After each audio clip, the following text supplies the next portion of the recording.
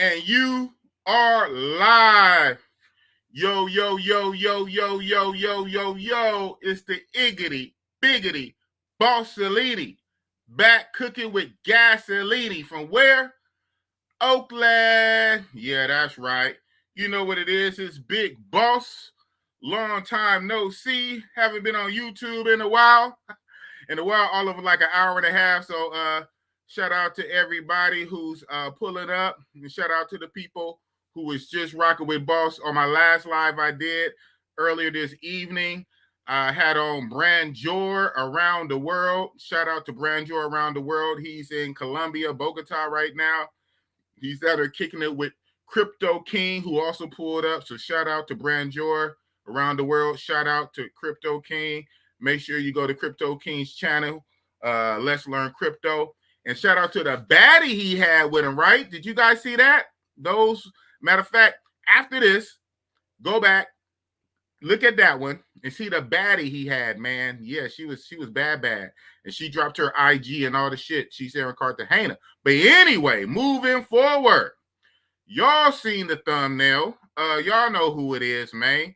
Man, Bossy Boss is bringing them out, man. I'm really appreciative to all the travel YouTubers who's rocking with Bossy Boss, agreeing to come on to my little tiny platform, even though they got big giant platforms. But you know what I'm saying? Real mess with real. And what I'm seeing, I'm coming across a lot of real dudes, a lot of real travel dudes, even though they got giant platforms. Shout out to Check in Effect, and shout out to Check hitting the 70K. I think he had 71. When Check came on my channel last week, he was at like 68K, 68.5. I told him he was going to get to 70. Now he got to 70K. And even though Check, 68, 70K, he came on my little channel. So shout out to all these YouTubers with the big platforms that still keep it real. They remember where they came from. They remember when they were small. So they still come down the street level and rock with the Bossy Boss. With that being said, let me bring out the one, the only, Flyboy Way. Hey, yo, what's going on, everybody? It's your boy FRE, $H Fresh at the Flyboy Way. That's THEFLYBOYWAY. Don't ask why, just check out the channel. Man, I'm juiced. This shit finna slap, bro. What's up? It's about to slap another banger and another one. Yes, sir. Yeah. Man, we got Oakland and Miami in the house. What are you playing? What's going on? I'm in the Jersey house now, but we back in Miami next week. Southeast Lifestyle. You know what that is. You got two houses, man. You all over the place. Hey, man. Everybody ain't able, man. Everybody ain't able, man. I just got the one house. I got the one casa, man. Everybody's able. Just take some time. That's all it is. You got the Dos Casas, man. So you got the house in New Jersey and in Miami. Wow. Well, I got two houses in Jersey. Okay. Hey, one day, man. Just trying to show away, you know what I mean? So how you feeling, man? How's the weather out there in Jersey? It's cold as hell, boy. It's still snow on the ground, but it's raining, so it's making it a little bit better. You know man, you got a house. You got two houses in Jersey where it's snowing, and you got a house in Miami. How come you're not in the Miami house? Well, because I know it ain't snowing in Miami. My kids live up here, so right now, when my kids still in school, I'm up here. But when I retire in like 6 to 7 years, I'll be down there because my son will be old enough, and my daughter should be out of high school already. Okay, so your daughter's older? Yeah, my daughter's 14. My son is 5. Oh, okay, right on. Yeah. Shout out to you, man. I remember when mine was little. Yeah, I got one of each. I got a girl and a boy. They're only two years different. My kid's grown, man. You know, Bossy Boss. Oh, I'll go ahead and say it for the what's her name. So, damn. That's my daughter. My daughter 25 and my son 23. See, that 2-year difference is much easier because you can match up stuff and this difference. And I still plan on having another one overseas, most likely, not in America. Shout out to you, man. Hey, man, Bossy Boss is done. Clip. Bossy Boss is done, man. Man, child support's a bitch. Oh, but you said overseas. Yeah. I got my first baby mother is from Ghana. She's born and raised in Ghana, came over here when she was a teenager. My second baby mother is white American, and my next one is going to be Latin American.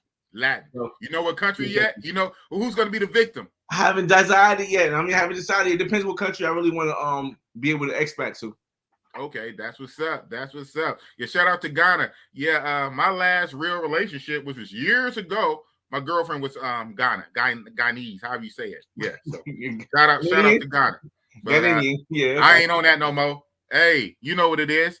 Man, yeah, shout out to everybody in the room. I see y'all. Man, I'm about to go through them right quick while we formulate our mind frames. Oh yeah, that's what I said to you, the fly boy. Shout out to Love Entertainment, my moderator, Tim Howard 5. Damn, you're interviewing all the travel bros. Yup. Hey, they real, man. I mess with who mess with me, man. All I can do is ask. You know what I'm saying? I mess with who mess with me, man. So shout out to the Flyboy Way. He's a real one, man. He's a real one. Global Paper, Brazil or die. Yeah, man, you need to be up on that Brazil though, Flyboy, on that Brazilian. Well, I'll show you some videos, like when we share the screen, and I'll show you some videos from Brazil and all that good stuff. Well, I'll show you guys videos I can show that can be monetized. Right. Because I got some videos on my channel from Brazil that YouTube ain't promoting because 18 and up. Please don't kill my vibe. You know, hey, I ain't got 3 houses like you, man. I hear you, man. Hey, I ain't got 1 house, nigga. I rent. Yeah, boss said that boss rent, man. My old ass, I'm still renting. Shit, if you boss in California, that's damn near how a mortgage in Jersey. It really is, especially here in Cali. Like I say, the only way boss gonna make some money at this point, YouTube or crypto or both, right?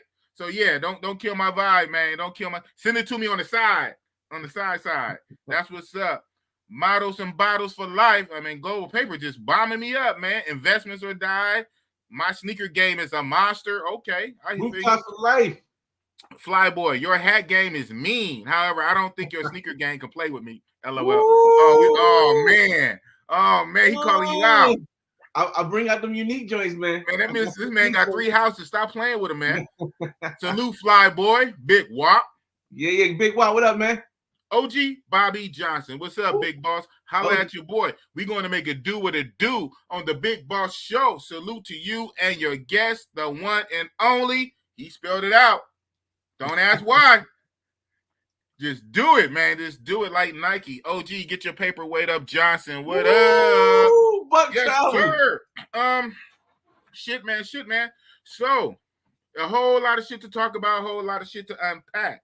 But first of all, you know, I got to start it from ground level. I'm sure all your people know and whatnot, but you know, I still want to just run it back. When did you first started traveling? What got you into traveling? All right, for those that don't know, I'm from Newark, New Jersey. Back in the 90s and the 80s, I was born in 84. I'm 37, and it was a crack epidemic back then. So Newark, New Jersey was horrible. We went through a lot. We went through gang violence. We went through all that stuff, and it was like the only way they made it seem on TV in the neighborhood that we could get out was if we was a drug dealer, a cop, or a sports player. Right. But I just felt as though there's another way. I felt as though there's another way to the top. And I was like, all right, if nobody's going to show me, I'm going to find a way. I couldn't find one. So I made one, the Flyboy way. And that came from my traveling, which started when I was 18 years old. I started traveling. The first place I went was Daytona Beach, Florida. They had like a thing called BCR, Black College Reunion. And in Black College Reunion, they would have like the big cars with the big rims, the dunks. And they would have like all of the flyest women coming out. It was like a lower, huh? It was like Freaknik? A lower version of Freaknik. Yeah, I was gonna say that. It was a lower version of Freaknik. And when I got there, it opened up to my eyes to what was out there. So I finally went there for like 3 years, and then I got my friends to come one year, and they came another year. By that time I was 23. So now I'm like, all right, I've done this so many times, and we go down there and are we over 2 minutes? Yeah, we are. All right, so we go down there and we would be like knocking down stuff left and right. I mean, all different type of women, black women, white women, Spanish women. It'd be so crazy. We would but my friends wanted to keep going. But for me, I wanted to explore more. So I decided I'm going to go international at 24. My first place at 24, I went international was, and mind you, I've been recording videos. Remember, I told you I was trying to show a way. Okay. I've been recording videos since I was like 19. Oh, wow. I was 19, 20 years old. but I lost a lot of footage from BCR. But as soon as I started going internationally, everything was recorded when I was 24.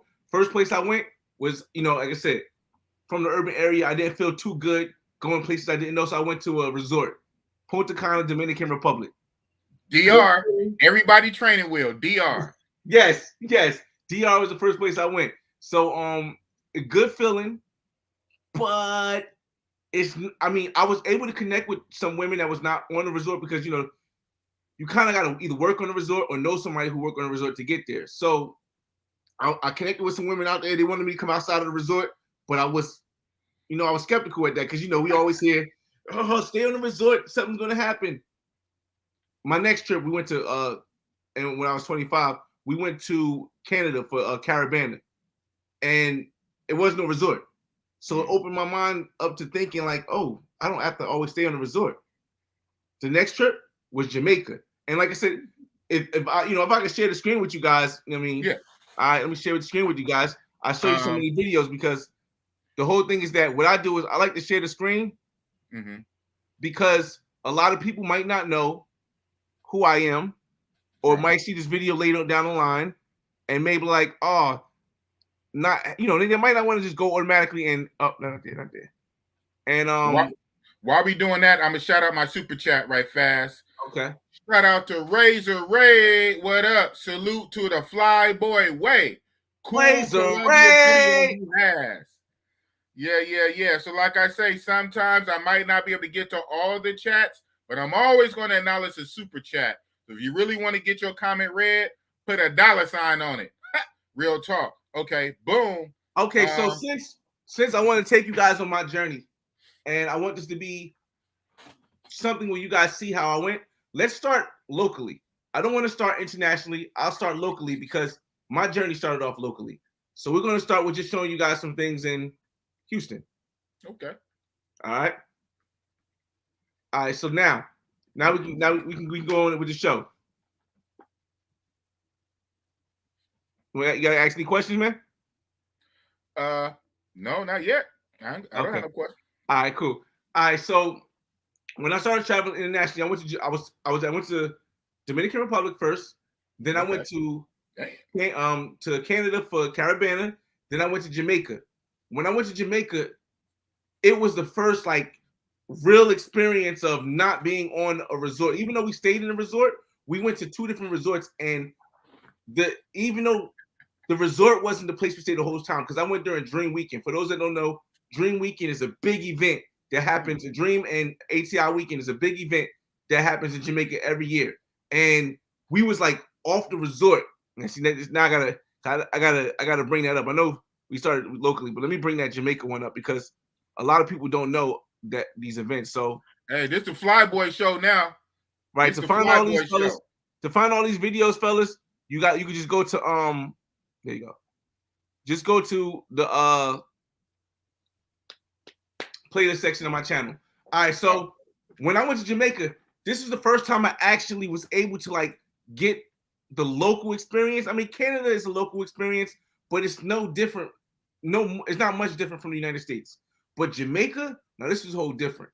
They didn't have no street lights. It was like shacks in certain parts because we went from Montego Bay to the Grill, and like it was like real people. Like it wasn't like just tourists. So it was a good experience. And like the more and more I traveled, the more I ventured out, it allowed me to feel more comfortable with exploring the world. So wait, I forgot. I was saying you got Flyboy don't want me to make no money. You got no, Flyboy don't want me to make no money. I forgot. It's been so long. Jamaica's like, if you look where it says 2012, this video is from 2012. Oh, wow. You know what I mean? So like I say, I tell people this all the time, and once again, I try to before I say this, I always say my channel is to inspire. The difference between inspiring somebody and bragging is when you show them a way to get to where you got. That's what makes the difference between inspiring and bragging.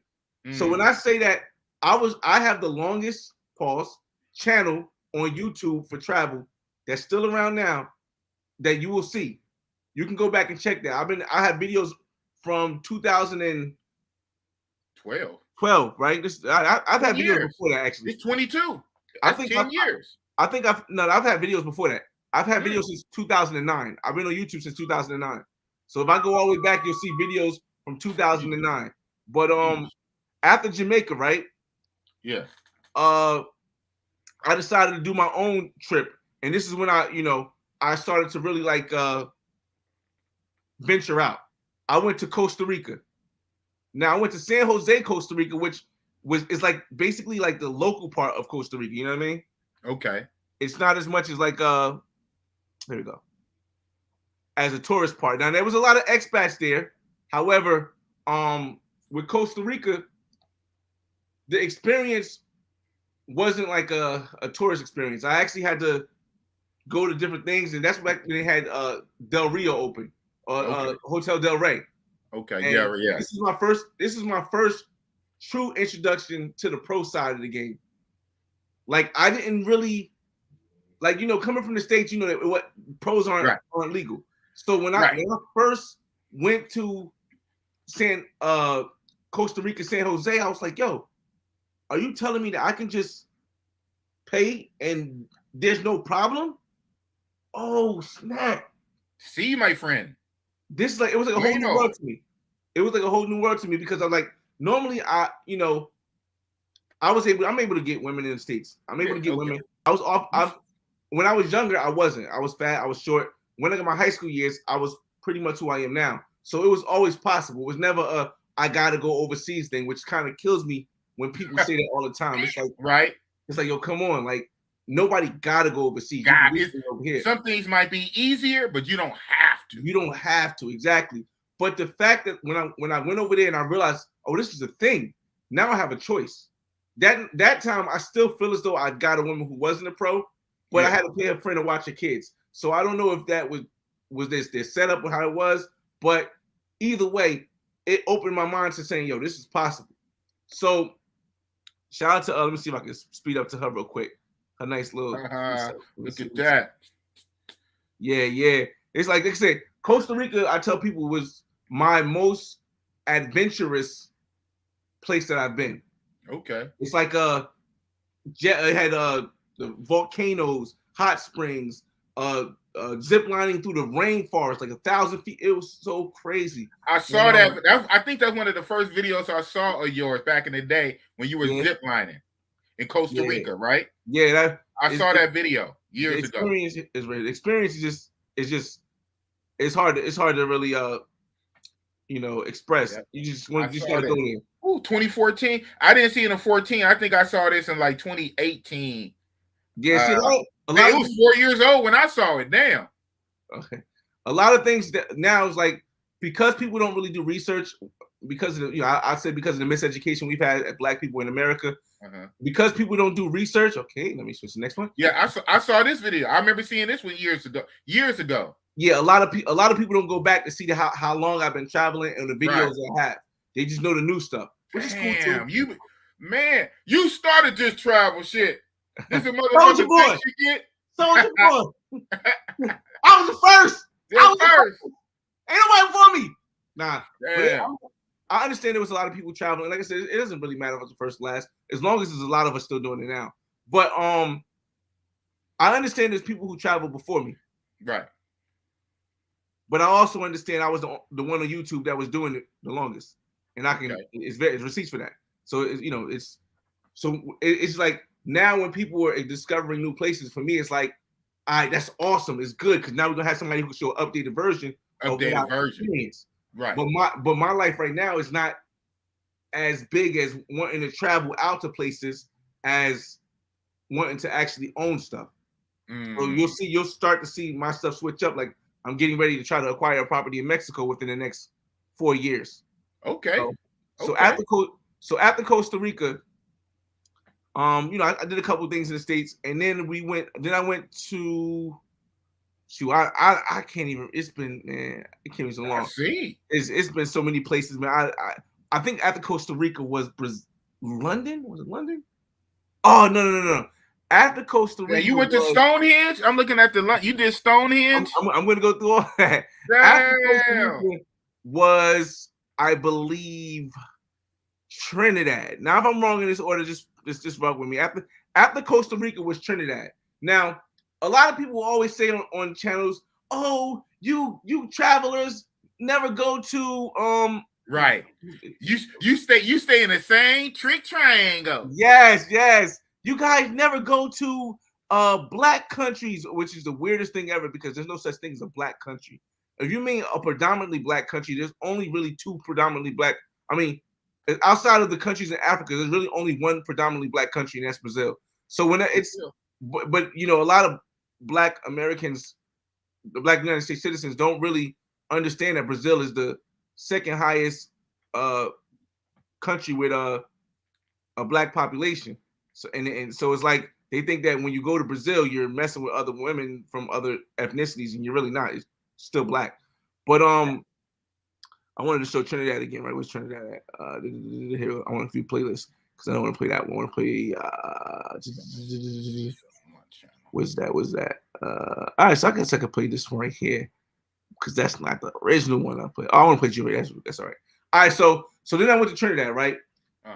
Now, if you got any questions in the room, shout them out. Let me know. I'll answer you right away because I want to stay on.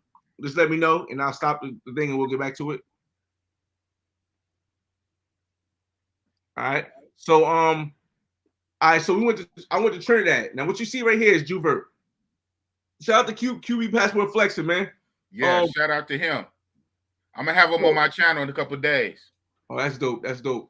So in Trinidad, it kind of gave me a vibe, like a family vibe. Like everyone was like, when I say family, I don't mean like it wasn't the women in it. It was still women in it. You know, Trinidad Carnival got the women. I mean, at the same, when I went to Trinidad Carnival, I believe in 2015, Rihanna was there, and was it? I don't know if it was Cardi B. It was Amber Rose, I think. Rihanna and Amber Rose was there. So it was, and it was in the costumes and all that stuff. I didn't get that on film, but I got a lot of other stuff on film as well. Right. But Trinidad was a dope experience. I went by myself, and it was just a dope experience. Like dancing in the streets, they have carnivals all night, parades, and yes, it got women. So of course I knocked something down, but I didn't see any pros. You know, coming from my first experience of having pros in San Jose, or not having pros, but witnessing that there were pros in San Jose, I didn't see any pros in Trinidad. So it was like it was a different experience, but I still got to meet with some women and, you know, had some fun. After Trinidad, and let's go back. Like I said, I'm just showing you guys briefly these places. You can go check if you want to see the whole videos. You can go check on my my playlist, and you can see all of the wild times as you can see on the screen. So after Trinidad, I did a contest for Sprite. And the contest was on Instagram. It was like you had to make a 15-second video, right? Okay. And, let me see. Do I still have that? I'm not showing you guys if I can. I don't know if I still have that, but I'll try. I'll try to check it. Shout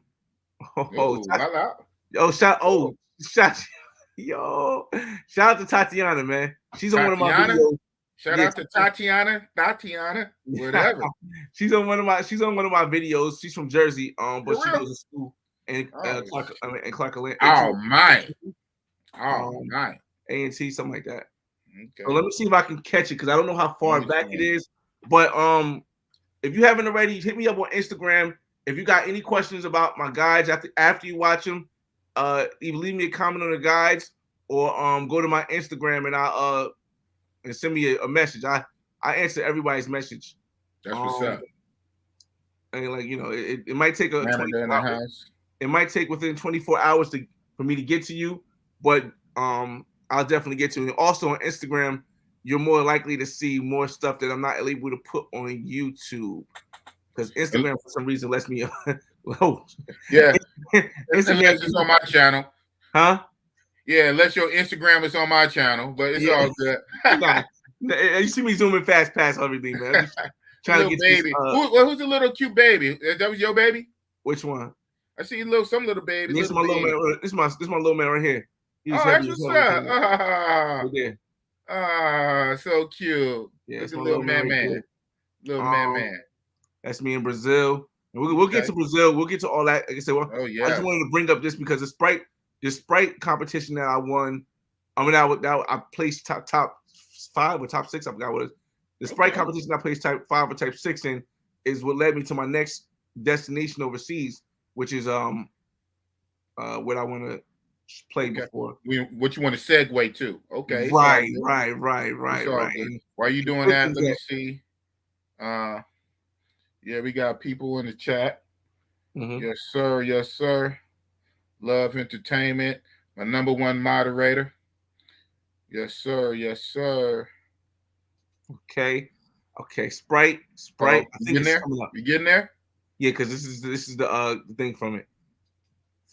It's coming up. Pause. Coming up. So how many years back is this?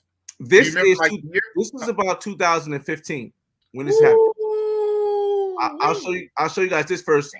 This is the top 6 films. Everybody's not that's you right there. Yes, not everybody on YouTube edits, but I know that.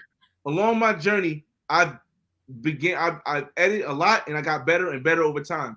In 2015, I placed in the top 6 of the Sprite Films competition for editing and for making a quick 15-second Instagram video. That I'm gonna play it right here, okay? Okay, boom. Let's get it. Athlete, or even a famous artist. I'm just an average person like you who obeyed his thirst and is taking me all over the world. You should obey your thirst and see where it takes you. Sprite.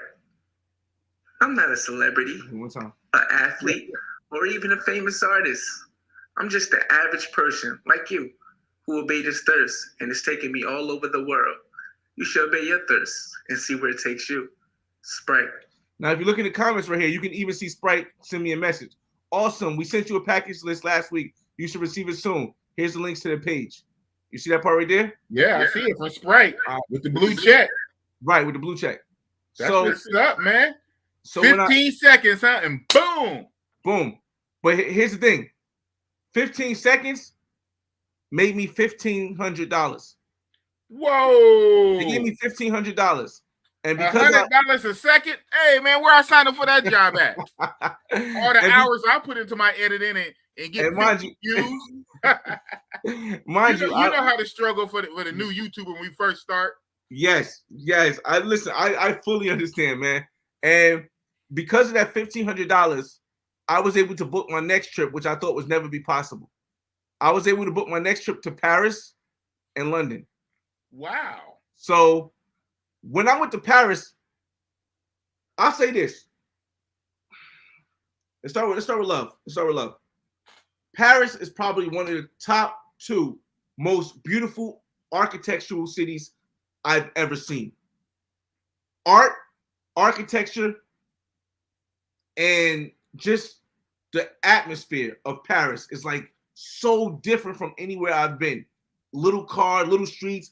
I went to the Louvre, which you see in the background. Yeah. I seen the Mona Lisa. Can I get a date on Friday? And I seen Michelangelo. I seen the Eiffel Tower before it burnt down. The Notre Dame, Notre Dame.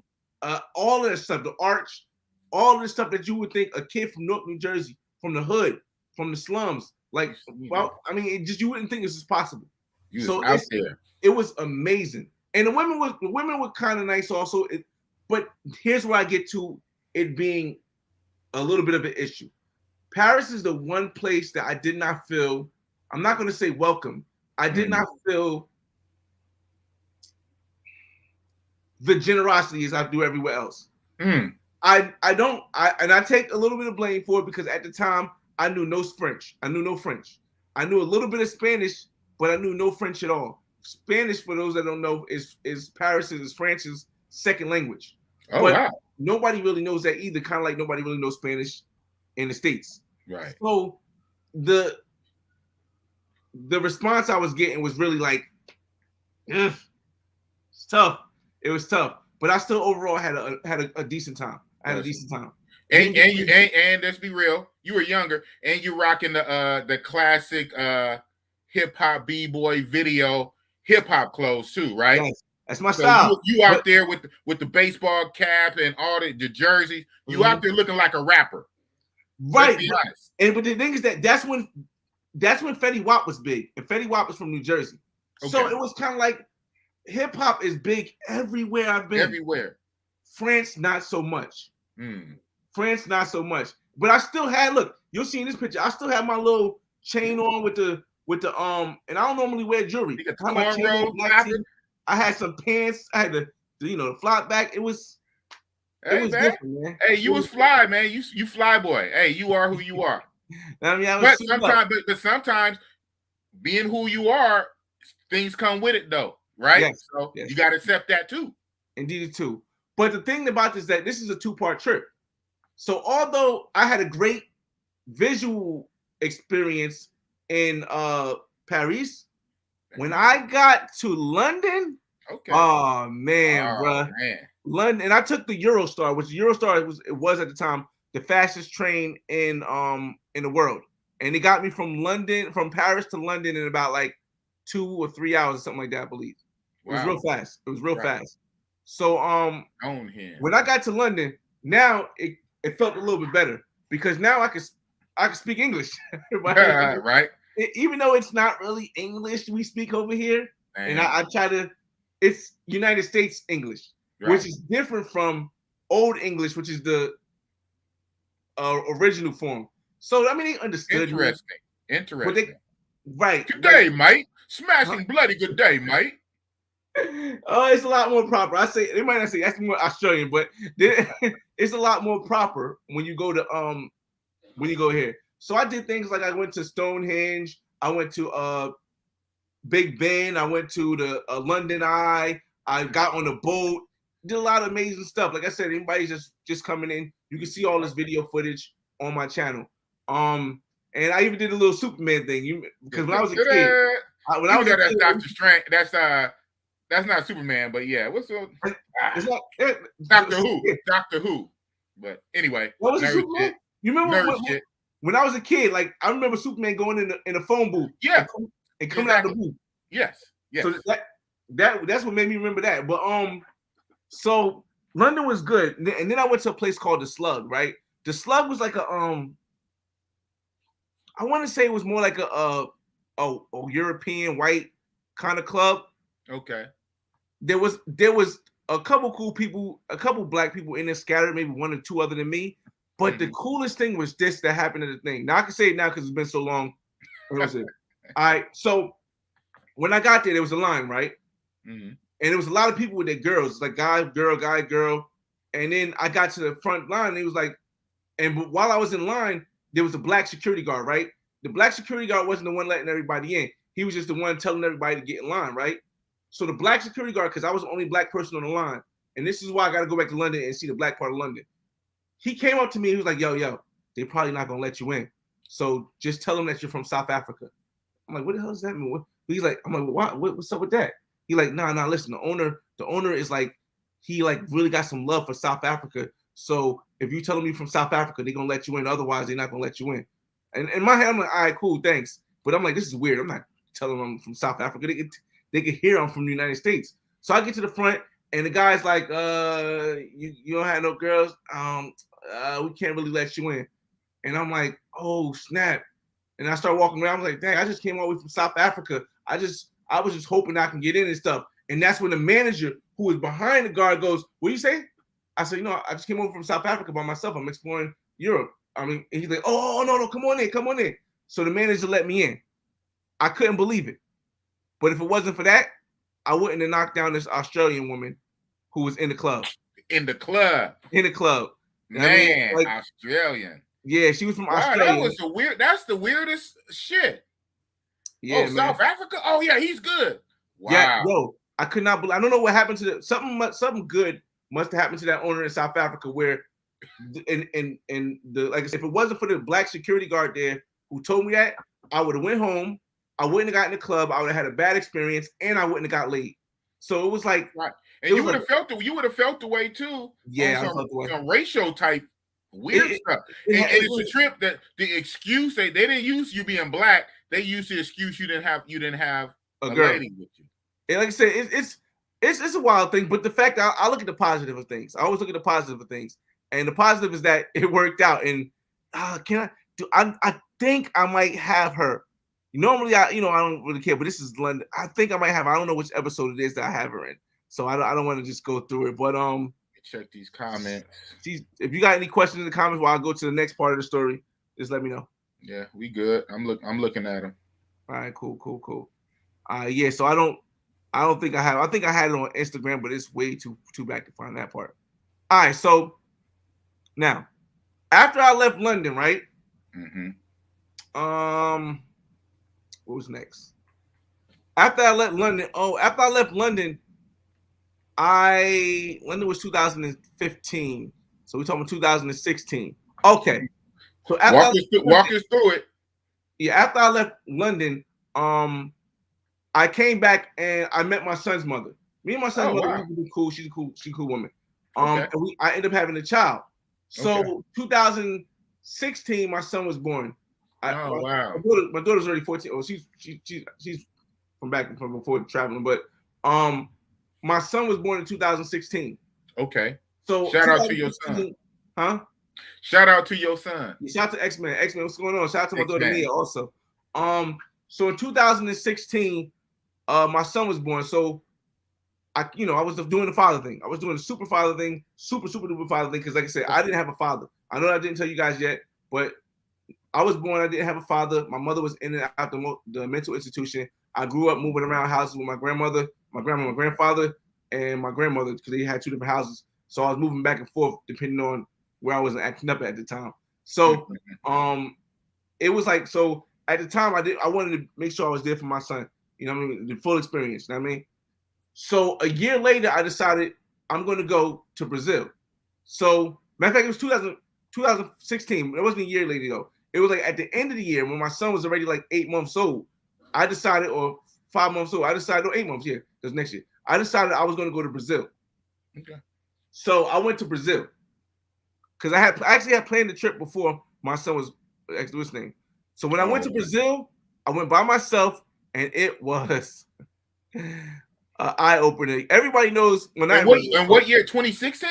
2016. Oh, I knew. Oh man, I knew it was lit. So what made me go to Brazil is because one of the first things that got me to traveling international was this video with Snoop Dogg and Pharrell called Beautiful. And the video was set in Brazil. Like, beautiful, I just want you to know. The Lapa Steps. That one right there. So the Lapa Steps. I was like, yo, I got to go to Brazil and see what it's like. So I went to Brazil. When I went to Brazil, came out around that time too, huh? About when did that video come out? About that time. Around the time. I don't recall when, but I know it came out before I went to. Well, before, yeah. Right. So when I went to Brazil before I was going to Brazil, because like I said, this is a transition for me, my son being born and me going to Brazil. I was doing research because I've been doing research all this time, and I finally found some travelers. Who were in Brazil already. It was expats. Shout out to rest in peace to Charles Tyler. Yes. And his friend Mark. Rest in peace to Mark. Also, I talked to Mark before. And shout out to John Thompson. John Thompson lives in Brazil. He's from New York, but he lives in Brazil. Okay, and although I've been traveling, I've been on YouTube traveling before. A lot of people who others consider OGs. Yeah. I still respect everybody that's doing what they think doing. So right. I was talking back and forth with Charles and trying to connect up with him and trying to connect up with John Taylor when I went to Brazil, but I never got the chance to meet them. But I did meet one of their subscribers who was cool with them when I was there. So shout out to him too. But Brazil was a dope experience, man. Yeah, man. And I actually Redeemer. Huh? Now I'm just saying Christ the Redeemer. Yeah. I actually I met this dope woman. Sugar loaf. And then but by this time, I know about pros. So by this time I know about pros. But here's where I really even though I found out about pros back in 2014 or 12 when I went to Costa Rica, even though I found out about pros back then, it wasn't until when I went to Brazil that made me want to say, yo, I'm really going to start doing both aspects. Not only the pro aspect, but the girlfriend aspect. Not only the girlfriend aspect, but the pro aspect. And the reason why I said that is because I spent 10 hours trying to get a woman to have fun with me. And at the end of the day, it happened. But 10 hours on the trip is a long time. It's a long time. I try to tell people when I could have literally just gave up. At the time, it wasn't as high. It was like 4-1. I could have literally just gave up $40. Yes, and I know I would have been able to accomplish more on the trip within that 10 hours. And I did wait in that whole 10 hours trying to between courting her, taking her to eat, walking the beach, going to the different stores, looking inside. You back in the Matrix at that point. Huh? You on Matrix energy. Right. But the one thing that got me was that she was a samba dancer for the Black Eyed Peas. She's in the videos. So it was like it really got me. She was tall, brown skin, long, real hair, skinny, but like big chest and big backside, big butt. So I was like, this is something that I would see. And she looked like the woman in the Snoop Dogg and Pharrell video. So I was like, but a little bit darker. So I was like, yo, that 10 hours changed what I would do for the rest of my trips coming up. You know what I mean? Shout out to when I had Dan the Dreamer on my show earlier this week. He's the guy with the 3 wives, but he has his own business, several businesses, streams of income. I bring him up because he is saying that like sometimes, like when you have your own business, and time is money, time is precious. He say this time I could be washing dishes or cleaning up the house. My skill set, my skills, and my clients, me doing Zoom calls, me making money. If I spend an hour doing that, I could be making $100 or $200 an hour doing this, where I can pay somebody $10 an hour, $15 an hour. I say that to say time is precious. And if you're on a trip, if you're there, a weekend warrior, 4 days, 7 days, 10 days, 2 weeks, unless you're there for 30 days, 60 days of expatting, most of the time we don't have time. So yes, I get it. I don't want to spend $60. Okay, but guess what?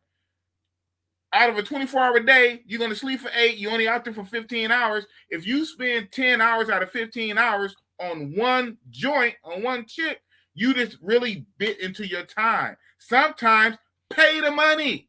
Pay the money. You on vacation. Well, I don't feel right having to pay. I'm going to use my, okay, fine. Then piss off half your trip. That's why I said that. But continue. On that aspect, I wanted, before we go back to the story, I want to say this. When I was younger, I valued money more than time. Okay. When I hit 25, when I hit 30, I value my time more than money.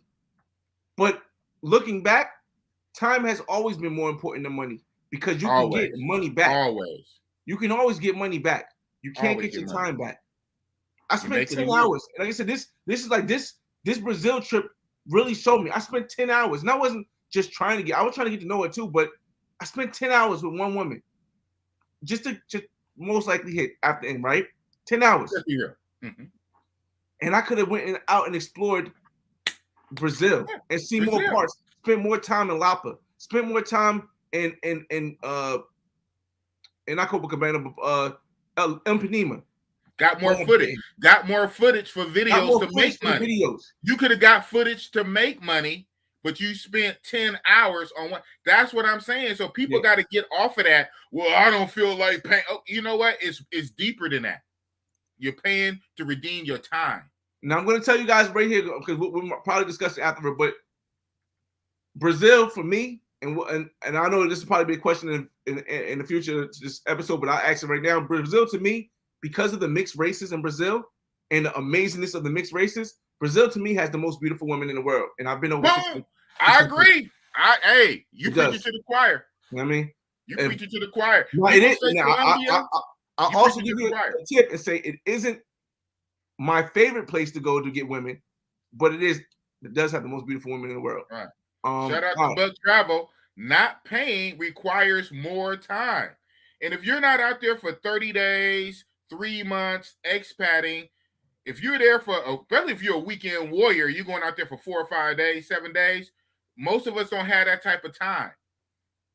Right. So now after Brazil, I'm after Brazil. This is 2016. Now it's 2017. I'm getting a little bit of money now. You know, I mean, I'm working my job for a minute. I'm getting a little bit of money now. I still don't own my houses yet. Okay. But I'm getting a little bit of money now. I got roommates, so we're splitting the bills. Everything's working out a little bit better. And I say, you know what? Let's up it one. Let's up it one. By this time I got all this content on the channel. Let's up it one. Let's do something that I haven't seen nobody do. Let's go to Dubai. Woo. So in 2017, I believe, I went to Dubai. Getting A-Rap money.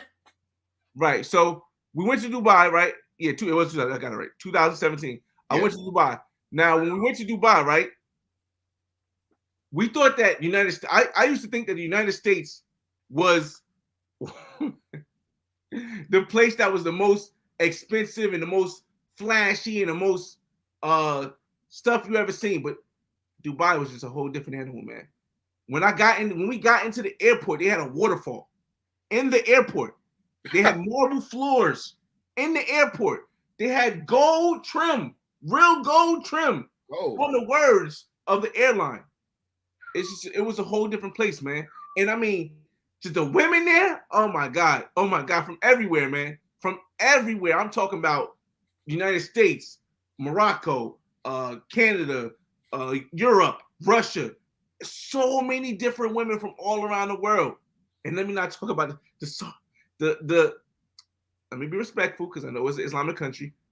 The Saudi Arabian women are freaking top notch, bro. Top notch. But it is a little bit harder to get to them. We'll probably talk about women around the world later, so I don't want to get too far into that. You read Boss's mind. Yeah, I mean, well, I don't get too far into that, but it's an amazing experience. I mean, it's an amazing experience. I went with my brother and my homie Fred. Oh, that's your brother? Okay. Y'all was no, out there. He kind of looked like, that's your real brother? That's my closest thing to my real brother. Not the one that you've seen, but the one right here. Y'all kind of favor each other. You know what I mean? But so it just was like I can't even tell you how amazing it was, especially like I said, my lack of knowledge of what Dubai was. It was everything, man. Shout out to International T also. She lives in Abu Dhabi. She's a teacher in Abu Dhabi. Okay. But she's from Kansas City. And she showed me this place right here and told me about other places that I went to. It was kind of dope. But Dubai was a great experience. Like I said, we'll get into the girl part later, probably about girls around the world. So I don't. It's on the bucket list. It's on the bucket list. I've been hearing it. Shout out to Ja Preem in my group. He was just talking about Dubai yesterday. Just talking about it. So it's on my list. Yeah, this right here place is called Zero Gravity. It's a must go if you go to Dubai. It's a must go. A must go.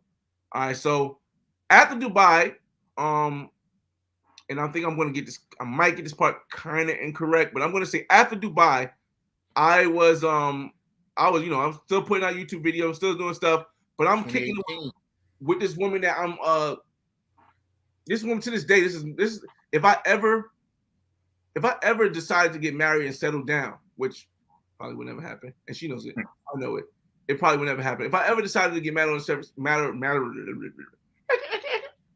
settle down, it would be with this woman right here because she was Rhonda. She got to see her. She got my name tatted on her and everything. She put what? And we went to Puerto Rico.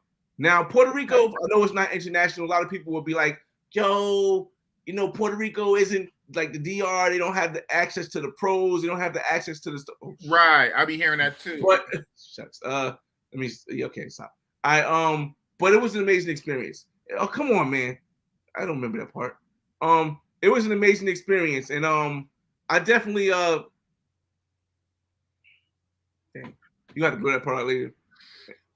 Yeah, you got to blow that part out later. I definitely had an amazing time with my friend, and I explored Puerto Rico. We stayed in San Juan, Puerto Rico, in the Condolas area. All right. No.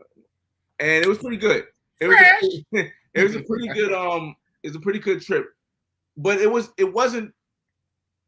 I wasn't at this time. I had finally got a 4K camera, so you'll start seeing from now on. You'll start seeing the 4K quality more clear, right? Videos more clearer. As you can see from the beginning videos to now, the editing gets a lot better. Right. The sound quality gets a lot better. The video camera, because I'm evolving as I go along. We got paper now. We got money now. We got a little money now. We got and we got a little knowledge of how to do things. Right. So when I got here, I went and brought this phone right here. This phone is a Galaxy Note 9. And one thing I noticed from, and this is going to probably help you for when we go to, I don't know if you told him that we're going to Mexico yet. I kind of told him. Yeah, you go ahead. You spill the beans. This is one thing that might help you when we go to Mexico. People are women especially, are more comfortable when you use your phone to record than when you use it. Than when you use a camera. That's weird. So, that's weird psychological effect, huh? Yeah, it's a big difference too. Now they'll do more when you record like this with the face, so they can see their face, and you know your video is 4K. They do a lot more stuff. So a lot of videos that you'll see coming forth, you'll see on my phone. So that's when I got this phone. And the reason why I got this phone is because the next place I was going wasn't a place that you can really record. Walk us through it, man. Walk us through it. And why you know? There's a place that Americans, at a point, were not allowed to go. We were not Americans. United States citizens was not allowed to go for 60 years. 60 years. I know what you're about to say. But then Barack Obama got hired and got inaugurated, and he changed tweaked a little things. And I just so happened to be watching TV, and I think I see Beyonce or Jay-Z, and they was at this place, and I said, "Huh, we can go there now." And this place that I'm talking about, everybody, is Cuba. Cuba, Havana. Now, when I went to Cuba, I believe Aya Marwa went to Cuba before me. But the video that Aya Marwa had wasn't what I wanted to see of Cuba. And I still give him props because he was one of the first ones that I've seen go to Cuba. Shout out to Aya Marwa. Yes. Aya Marwa, come on my channel, give me an interview. But the whole thing for me is that I tell people all the time, be the change you want to see. Right. Instead of complaining, right? You know, you got a million people out here complaining about travel bros. They complaining about guys going to other countries. Well, be the change. Show something else in the United States that can make people want to stay. I mean, I got a bunch of content from the United States. A bunch of content. So rather than it's easy, but the reason why they don't, and I don't want to diss nobody. I'm not dissing nobody. Nah, go ahead. Nah, go with it. Go with it, man. It's easier to complain. Thank you. Change. Thank you. We as Black people in the United States have been miseducated for so long that we would rather dislike our own people or dislike people who are trying to show another way than to be the change we want to see. So when I went to Cuba, I planned out a lot.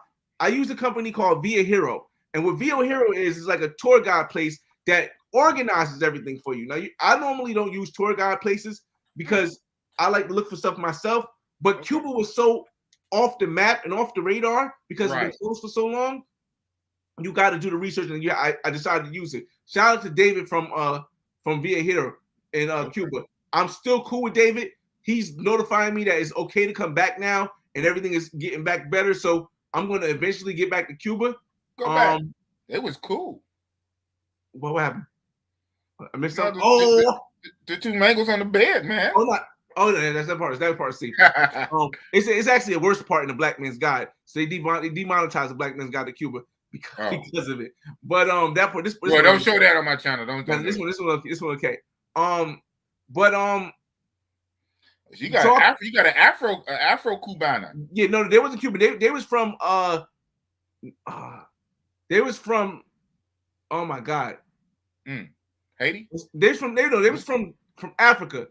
Oh wow. Namibia. And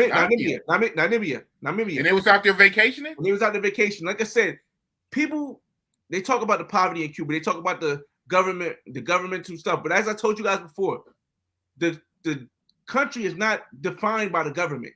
The country is not defined by the architecture. The country is defined by the people. For me, and the people of Cuba are resilient, amazing, and most importantly, if you live in Miami or you visit Miami, you would think most Cubans are like white. Okay, they're not. They're not. Most of the Cubans I seen in Cuba was black, or at least in Havana. Okay. So it was like my complexion and a little bit lighter, maybe. So it was like it was a mind-blowing thing. I didn't even think that this is in Cuba. This big event where they got a stage and all this stuff is in Cuba. So in Cuba, and it costs $2 to get inside there. Now $2, yes. See, Cuba is probably the most inexpensive place I've been around the world. That's probably a question you probably want to win, but Cuba is the most inexpensive place I've been around the world. See, parts like this I wouldn't have known to bring a. What are you handing out? I bring a bunch of clothes, sunglasses, socks, utensils to give out to the people. That's what's up, man. To give out to support the people, and I wouldn't have known that was even possible if I didn't use Via Hero, who helped me understand that this is possible. And also, is Via Hero still around? Are they still valuable? Yes. And if you're going to Cuba, hit me up on my Instagram at TheFlyBoyWay, and I can give you the direct person so you can skip through Via Hero and talk to the direct guy who gave me the guide. And it might be a little plug. We got the plug. Now, hey. My fault. My fault. The part was coming up. You don't want me to make no money, but hey, we're gonna have a good ride. That's not that part. Make sure y'all hit the like button, man. Make sure y'all donate to his channel because I think he'll get away with it. He'll get away with it because it's like mostly if you don't put it in the first 2 minutes. Okay. So I think that'll let it ride. But so with Cuba, like it was a hell of an experience, man. I'm trying to get to the end before this 1 hour mark, but it was a hell of an experience in Cuba. And like if you guys want to see more of that Cuba video, go to your channel, man. Go to my channel to the playlist section. Channel. All right. Flyboy Way. So I like them too right there. It was nice. I also told you I had my first international threesome in Cuba, right? Oh, but I will get to that later. Okay. That's what a thing to drop on a guy. Okay, yeah. All right. So first international threesome, not local. Oh, okay. All right. So after Cuba, right? I came back home. This is Cuba was in 2018, right? So in 2019, I came back home and I was just stacking money because now 2019, I bought my first house in 2017. Shout out to you. I bought my second house in 2018.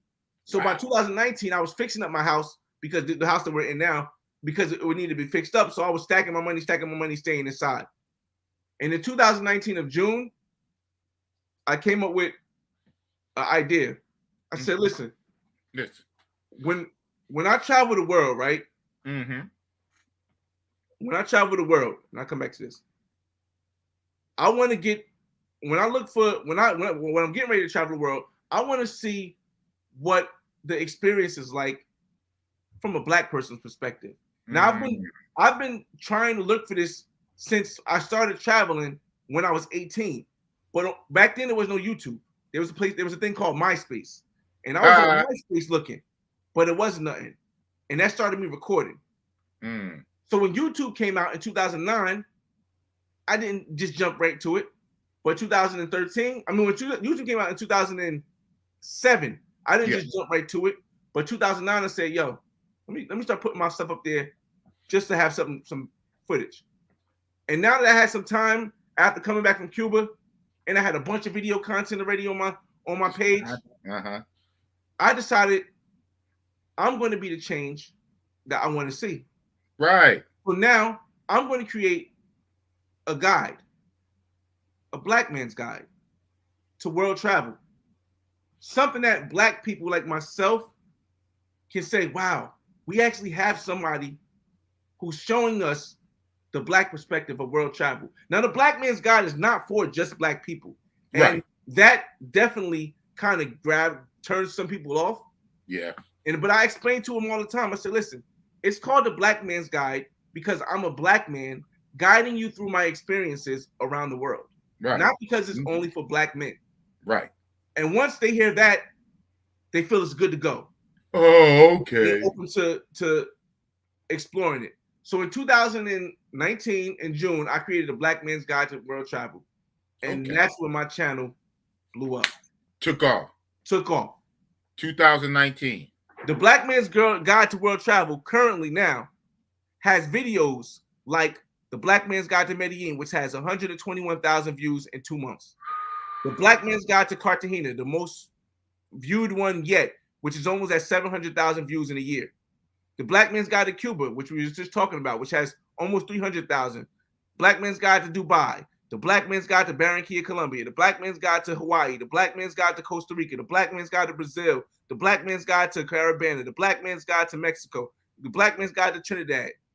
And it should have been one to Sao Paulo, Brazil, but because of the pandemic, I had to change it to Mexico. Man, I 250K. I decided to be the man. I decided to be the change that I wanted to see. So now, when people Google Black Man in Dubai, I'll pop up. You pop up. When Black Man in Cuba, I'll pop up. Black Man in Colombia, I'll pop up. And then me, I don't care to share everything for myself. No, I share with the world. So when they ask me a question when somebody asks me a question that I don't know, I say, yo, go check out Barber World TV. Go check out Check in Effect. Go check out Ace. Go check out Richie Rich or Roll the Tape. Go check out Big Boss. Go check out Passport Action, Passport Heavy, Passport Stand. Yes, sir. Like, go check out Kings and Dreams. Go check out Jay Clyde. Go check out Social Light Skin, BG, down in Mexico. I got a list of people, and if I missed you, it's just because I'm want to move on. I got a list of people that I share because it's not all about me. If it's all about, the reason I don't want to make it all about me is because they can take me out at any time. They can just say your content is just too X-rated. We shut your whole channel down. But the movement is already going. Right. And it's so many other people doing it also. Right.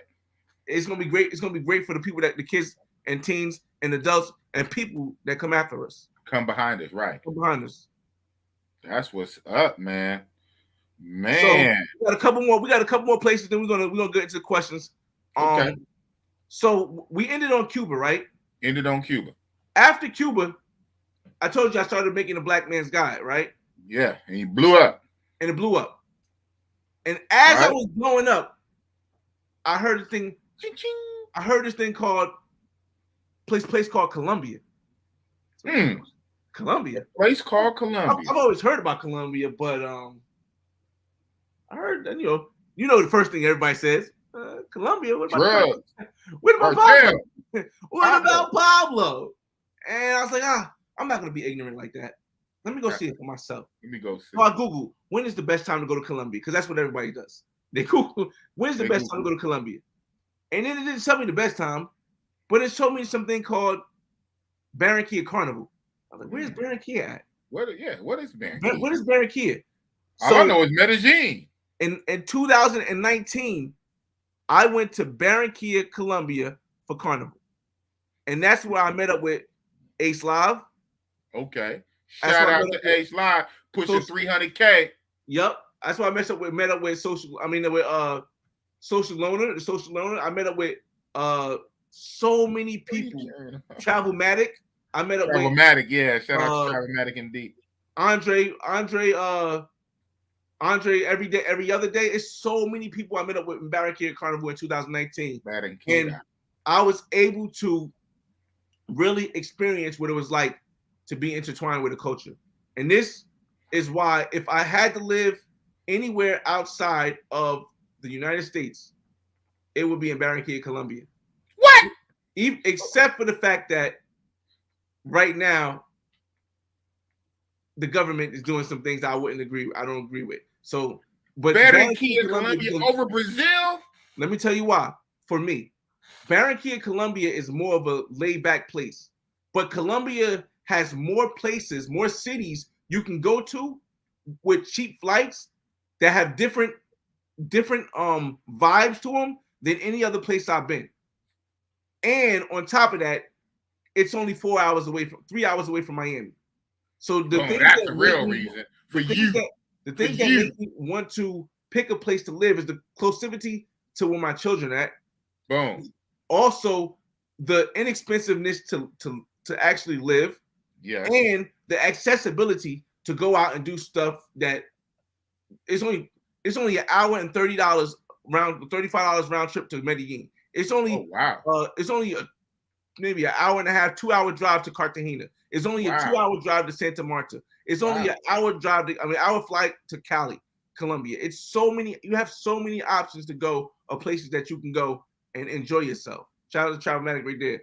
Shout out to Ace Live right there. Shout out to Technology right there. Shout out to everybody that I've seen.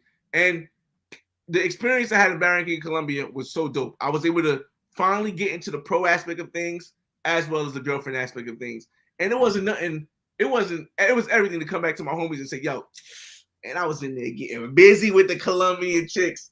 It's a good feel. It was a good feel. You know what I mean? But so that was in 2019. A couple more left. I'm gonna speed over it so we can get to it since we over an hour. It's all good, man. We rocking out, man. Rocking out with Big Boss and Flyboy Way on Big Boss Real Talk. Yes. After Colombia, right? After Colombia, I just like, oh man, I almost like fell in love with Colombia. So after Colombia, we did a couple trips into in the States like Houston and Atlanta for All-Star Weekend. Okay. And I got my place in South Beach, Miami. All that stuff happened, right? But before I got my place in South Beach, Miami, before I went to Atlanta for All-Star Weekend, something happened in 2020. Yeah. And I just couldn't believe it. Yeah. In 2020, we went back to Barranquilla Carnival, had a ball, met more people. And then I did a Black Man's Guide to Cartagena, which I showed you had almost 700,000 likes. 700,000 views in less than a year. Pushing the milli. With the title, Black in it. Deep. That is one of the things that pulls your video. If I had named it the Flyboy Way's Guide to Cartagena, it would be 1 million. Well on its way to 2 million views by now. But You purposely named it the Black Man's Guide. Black. So, and when we came back from Cartagena, stuff hit the fan. It was a pandemic. Everything was shut down. They made it hard for you to move around and go anywhere. And the government made it seem like there was nothing you can do, nowhere you can go. Right. So I went to South Beach, Miami. We had a crazy amount of time. If you guys want to see the South Beach lifestyle, click this playlist right here on my thing where it says South Beach Lifestyle. I cannot click this playlist on his channel because it is that lit, huh? There's a lot of stuff they're not gonna let live on this playlist. They ain't gonna let live. So many videos that's 18 and up from this playlist. It's no nudity, but the sexual endos are so big. It's Miami. It's Miami. Okay. I'm gonna go to that one when we get off here. South Beach Lifestyle, Miami, Florida. Got it. Oh, and you updated it 2 days ago? All the time, man. All the time. I go every other weekend. But I'm gonna mess with it after this stream. So in 2020, April, I tried to go to Mexico, and they made it seem like when I say you cannot, and I'm not a conspiracy theorist, but you cannot trust everything you see on the news. It is not true. It's the perspective of someone else. Don't let somebody else's perspective become your reality. They made it seem like you couldn't get to Mexico. They said, oh, the borders are closed in Mexico. You can't get in Mexico. But then I spoke to somebody called Passport Action. And Passport Action was like, yeah, I'm down here. And this is kind of Cancun jump off stuff in March. I'm like, what? All right, so let me look at it. And I went in the middle of pandemic. And I believe it was August, maybe, I don't know. But in the middle of the pandemic of 2020, I went to Quintana Roo, Mexico to do the Black Man's Guide to Quintana Roo. And Mexico was open. There were some clubs that were closed, but it was open. We're at Isla Mujeres. We went to Playa del Carmen. We went to Cancun, and we went to Tulum. And although I only got to spend, which is the reason why we're going back, well, the reason why I chose to go back to rather, I only got to spend 1 day in Playa overnight and 1 day in Tulum just during the day. The vibe I got in Playa and from what I seen from videos of Tulum, I had to go back. I just had to go back. So that's what was coming up next month. But Yeah. Well, the experience from this was shout out to Barber World. Shout out to Barber World TV. You see Barber World TV in the back right there. Shout out to Tone. Shout out to us Still and everybody in there. And shout out to King James. Definitely a great experience, man. And if you haven't already heard about Uber Beats, you might want to check out Uber Beats episode of the Mexico playlist. The Mexico playlist. Because like I said, right now, Mexico is one of those countries that don't require you to have a vaccine to get in. Yes, sir. It does not even require you to take a COVID test to get in. Nothing. Now you go at your own risk. Right. But what I'm saying, when I say Mexico is open, it's open. And if you get to the Uber Beats aspect of it, you just got to watch the video. That's all I'm gonna say. Right. But Mexico was a great experience. I got to link up with a lot of other travel brothers. Like you'll see in the video, I think coming up, you'll see J Clyde. You'll see Stillmatic. Yeah. Oh, you guys seen them already? But it was a great experience, and I just can't wait to get back next month. No, you keep saying next month. It's already February. It's February already, right? You're going in a few weeks. Now this is my time. So I told most of my people on other streams, but I say it again because I know different people be checking in and out. Big Boss is tagging along with the Flyboy Way in a few weeks to Mexico. Where we hitting? We hitting Playa del Carmen in Tulum. We're flying into Cancun. Then we hitting Tulum and Playa del Carmen. It's gonna be my first time that far down. I only went to TJ. Now I thought the farthest I would go would be Mexico City, but I'm hooking up with Flyboy Way. He wants to go to Playa del Carmen and Tulum, so I'm about to rock out with him in a few weeks. So what? February 23rd, right? Around the 23rd-ish? Yes, sir. Yes, it's gonna be live, man. It's gonna be live. All right, so like I said, 2020 we went to Mexico. And it was crazy. And then once that broke, everything else broke. I'm talking Atlanta wide open, Houston wide open, just crazy times in the States also. Okay. So in 2021, I spent the whole year fixing up my place in Miami and getting to know the Miami lifestyle, which once again, I do not want to click the South Beach lifestyle because of how wild and crazy it is, and anything can show up and it just. So if you guys want to see the South Beach lifestyle playlist, it's right here. But we're going to speed to the end of 2021. In October of 2021, I said I'm going to go to Jamaica because every October is my brother's birthday, and we always go internationally or go locally as a group. But for some reason, in 2021, it was more lockdowns than it was during the pandemic. And you couldn't get to Jamaica without being quarantined. So I was like, okay, I'm not going to be quarantined in no resort because that's not the lifestyle I want. Now, it's my brother's birthday. I'll come do it for 3 days, but that's all I'm going to do. And he said, cool. But then nobody else could really it was a problem with everybody getting through and let's say somebody had a COVID test, negative, positive COVID test, then they couldn't get in and it would be an issue. So we just canceled it. So instead, because I still had the days off, I decided to go to Medellin, Colombia. Medellin. Now I told everybody when I come back. I told everybody when I went back to. I told everybody when I went back to. When I went back to Medellin, I would go. And when I went back to Colombia, I would go to Medellin because I had already been to Cartagena, and a lot of people were asking me, what's the difference between Cartagena and Medellin? And I kept telling them, I don't know. I haven't been to Medellin yet. Oh, wow. So I decided to go to Medellin. And it was one of the best experiences I had. It was the best experience I had in 2021. But it was one of my best trips I've ever been on. Interesting. It was planned out so well. It worked out so well, and it just was. I went for 8 days basically, 7 nights, 8 days, and it was just an amazing feeling.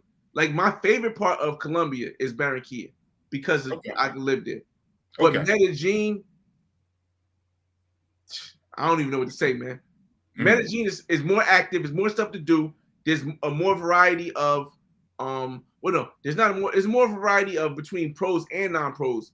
There's more non-pros in Barranquilla, but there's more variety in Medellin, and there's way more to do. So it was just one hell of an experience, man. And that's my story up to now. I hope you guys are tuned in. Big Boss. Okay.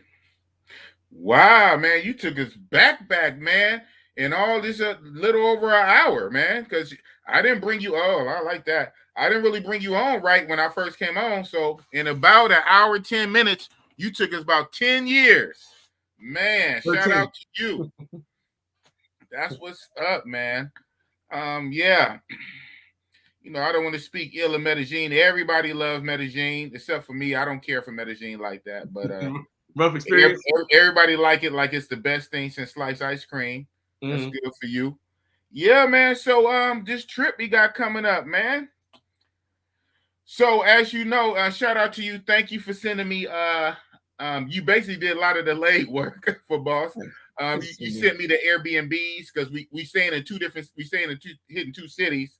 And so only thing left for me now to do is to get my plane ticket. I might do that this evening after the stream because you know I have a problem with doing shit last minute, and as we all know, as travelers, the longer you wait, the price goes up. And we've been talking about this for weeks, so I should have did it, but I was still trying to wait for a few more details. So now, thanks to you, I got the 2 Airbnb secured: the Airbnb for Playa del Carmen, the Airbnb in Tulum. And I got to get the plane ticket.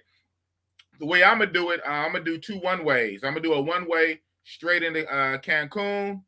And then coming back, I'm going to do from Cancun to TJ. And I'm going to walk across. Well, I'm here in Cali. You got to fly. So when we leave Mexico, you going back to Jersey? Miami. Yo, you going to Miami? Yeah. Okay. Right. Yeah. But when I leave, I'm going right to California. So I'm gonna go to TJ and I'm gonna walk across. Let me ask you this: so when you walk across, do you need the COVID test?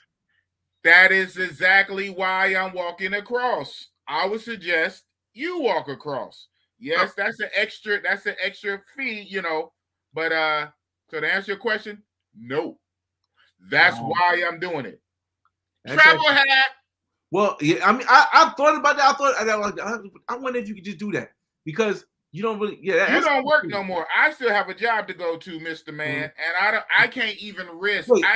I can't even risk the 50-50 of popping hot. I can't even risk it. So I take the risk off the table, walk across. Are you under the impression that I don't work? Oh, my bad. I thought you didn't work no more, Mr. YouTuber. I thought you full time. No. I work. I drive trucks and FedEx. I've been with the company. Wow! Shout out to you, man. You know what? Things you don't know about people when you assume stuff. I've been talking to you for a while, knowing you for a minute, and here it is. I'm thinking you a full-time YouTuber. Nah, man. I don't even consider myself a YouTuber because I don't make my money off of YouTube. I make my money outside. I feel as though my definition of a YouTuber is someone who does YouTube for a living. If you do YouTube for a living, you're a YouTuber. Yeah. Otherwise, you're a content creator. But your channel is monetized, right?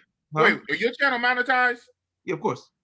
Okay, you commercials and all the stuff, and yeah. Oh, well, and to you, shout out to you. You don't even do super chats on your lives, huh? For the most part. Nah. Wow. But when I consider YouTube for a living, I mean that's your only source of income, or that's your major source of income, rather. YouTube is like number 5. Number 5. Number 5, and I still make like $500 to $1,000 a month. That's number 5. Number 5. So it's like it's for me. I've been at my job for 20 years. I'm going to stay until I'm at my job for 25 years. And the reason why is one because I get full benefits at 25 years. You Even got, though I you won't got get children. I won't get to pay for it. I'll get the full health coverage even when I retire. And the Wow. second reason is because I don't know if my kids, my daughter, my son, or whatever children I have next are going to be entrepreneurs the way I am. So my thing is that as long as I leave them ahead more than I was when I got, I'm good. Each of my kids are going to have a house or at least a condo where they can live. Right now, because I have 2 houses already, each of them I have a house and I have a condo where I can retire in the States. When we retire in the States. Secondly, when I do have a Latin American child next, hopefully, I'm going to get a condo out there wherever that person lives, going to either 1 or 2 bedroom. So I provide for my family no matter where it's at. But yeah, I still work every day, full time.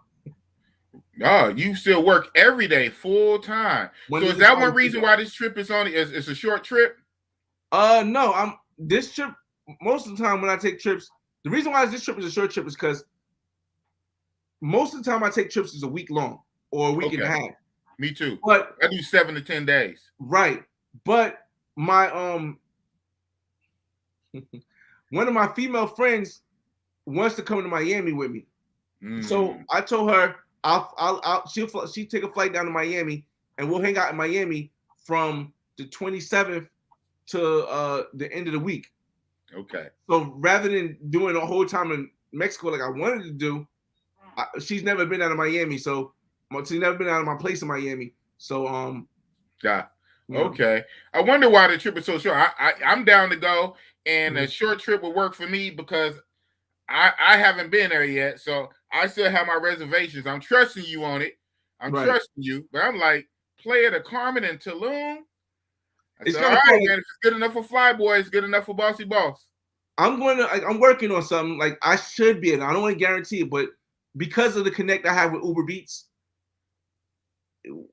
things should be okay at least one day. I'll let you know it should be okay at least one day, because like I said, I've brought Uber Beats in so many customers, and I don't get paid for it. I just promote it because I know about networking.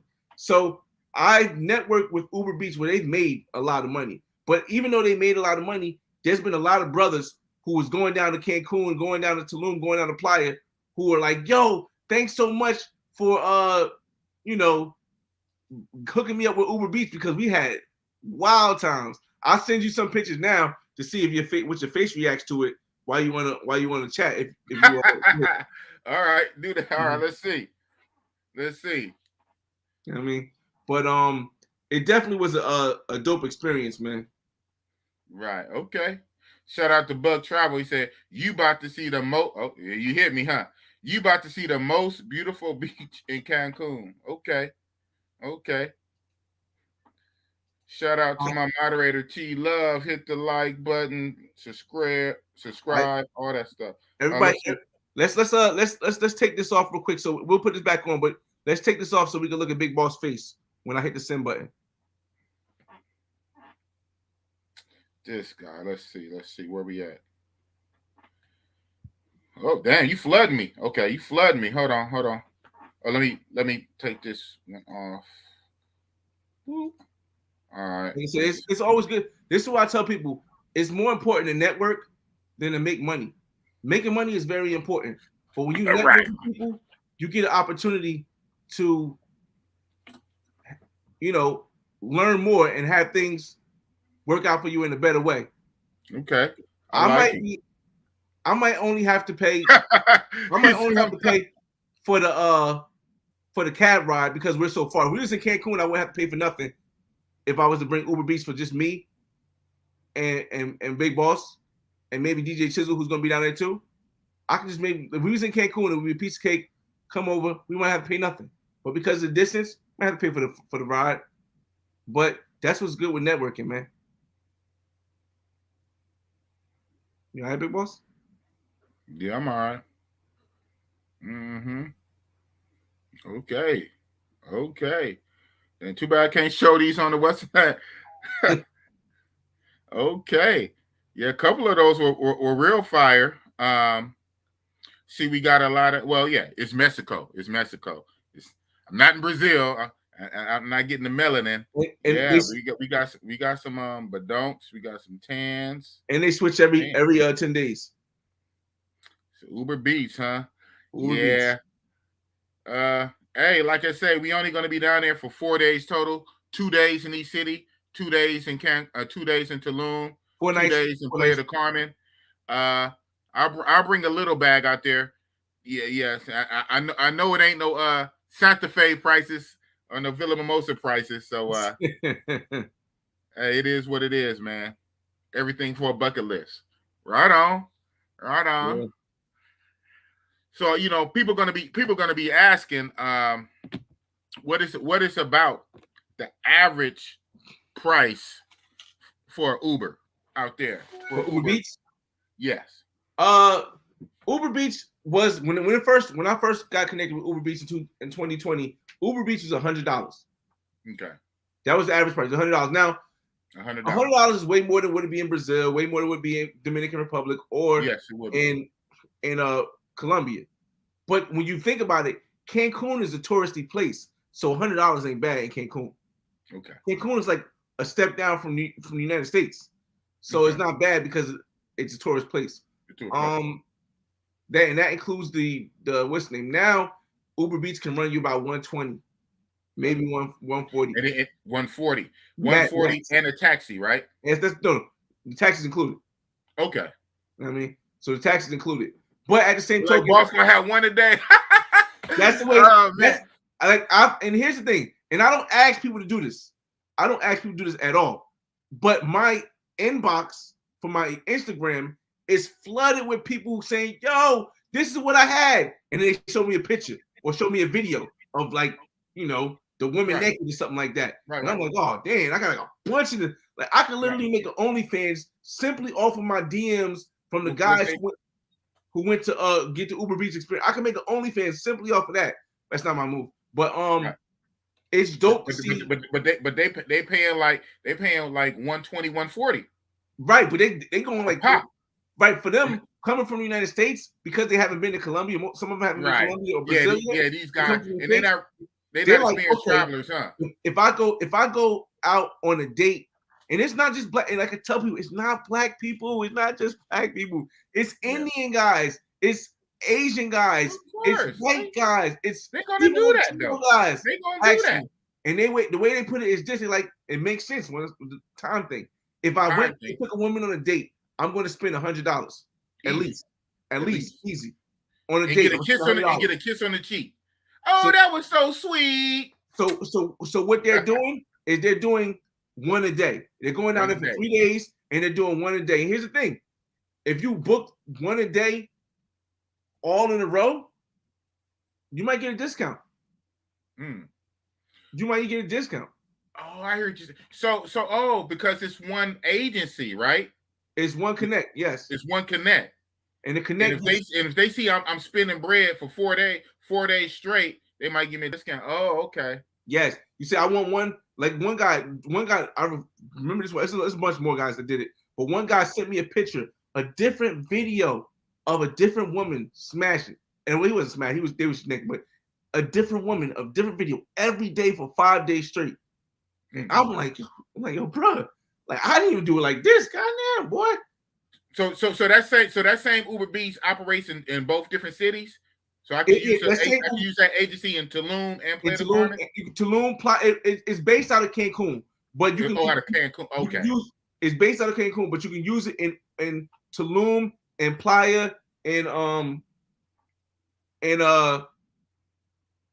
Tulum, Playa, and Cancun. They also have it in other cities in Mexico, but it's more expensive if you do like Cabo or something like that because it's a little bit harder to, it's more touristic.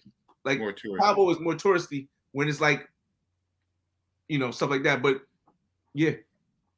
Okay. Another question.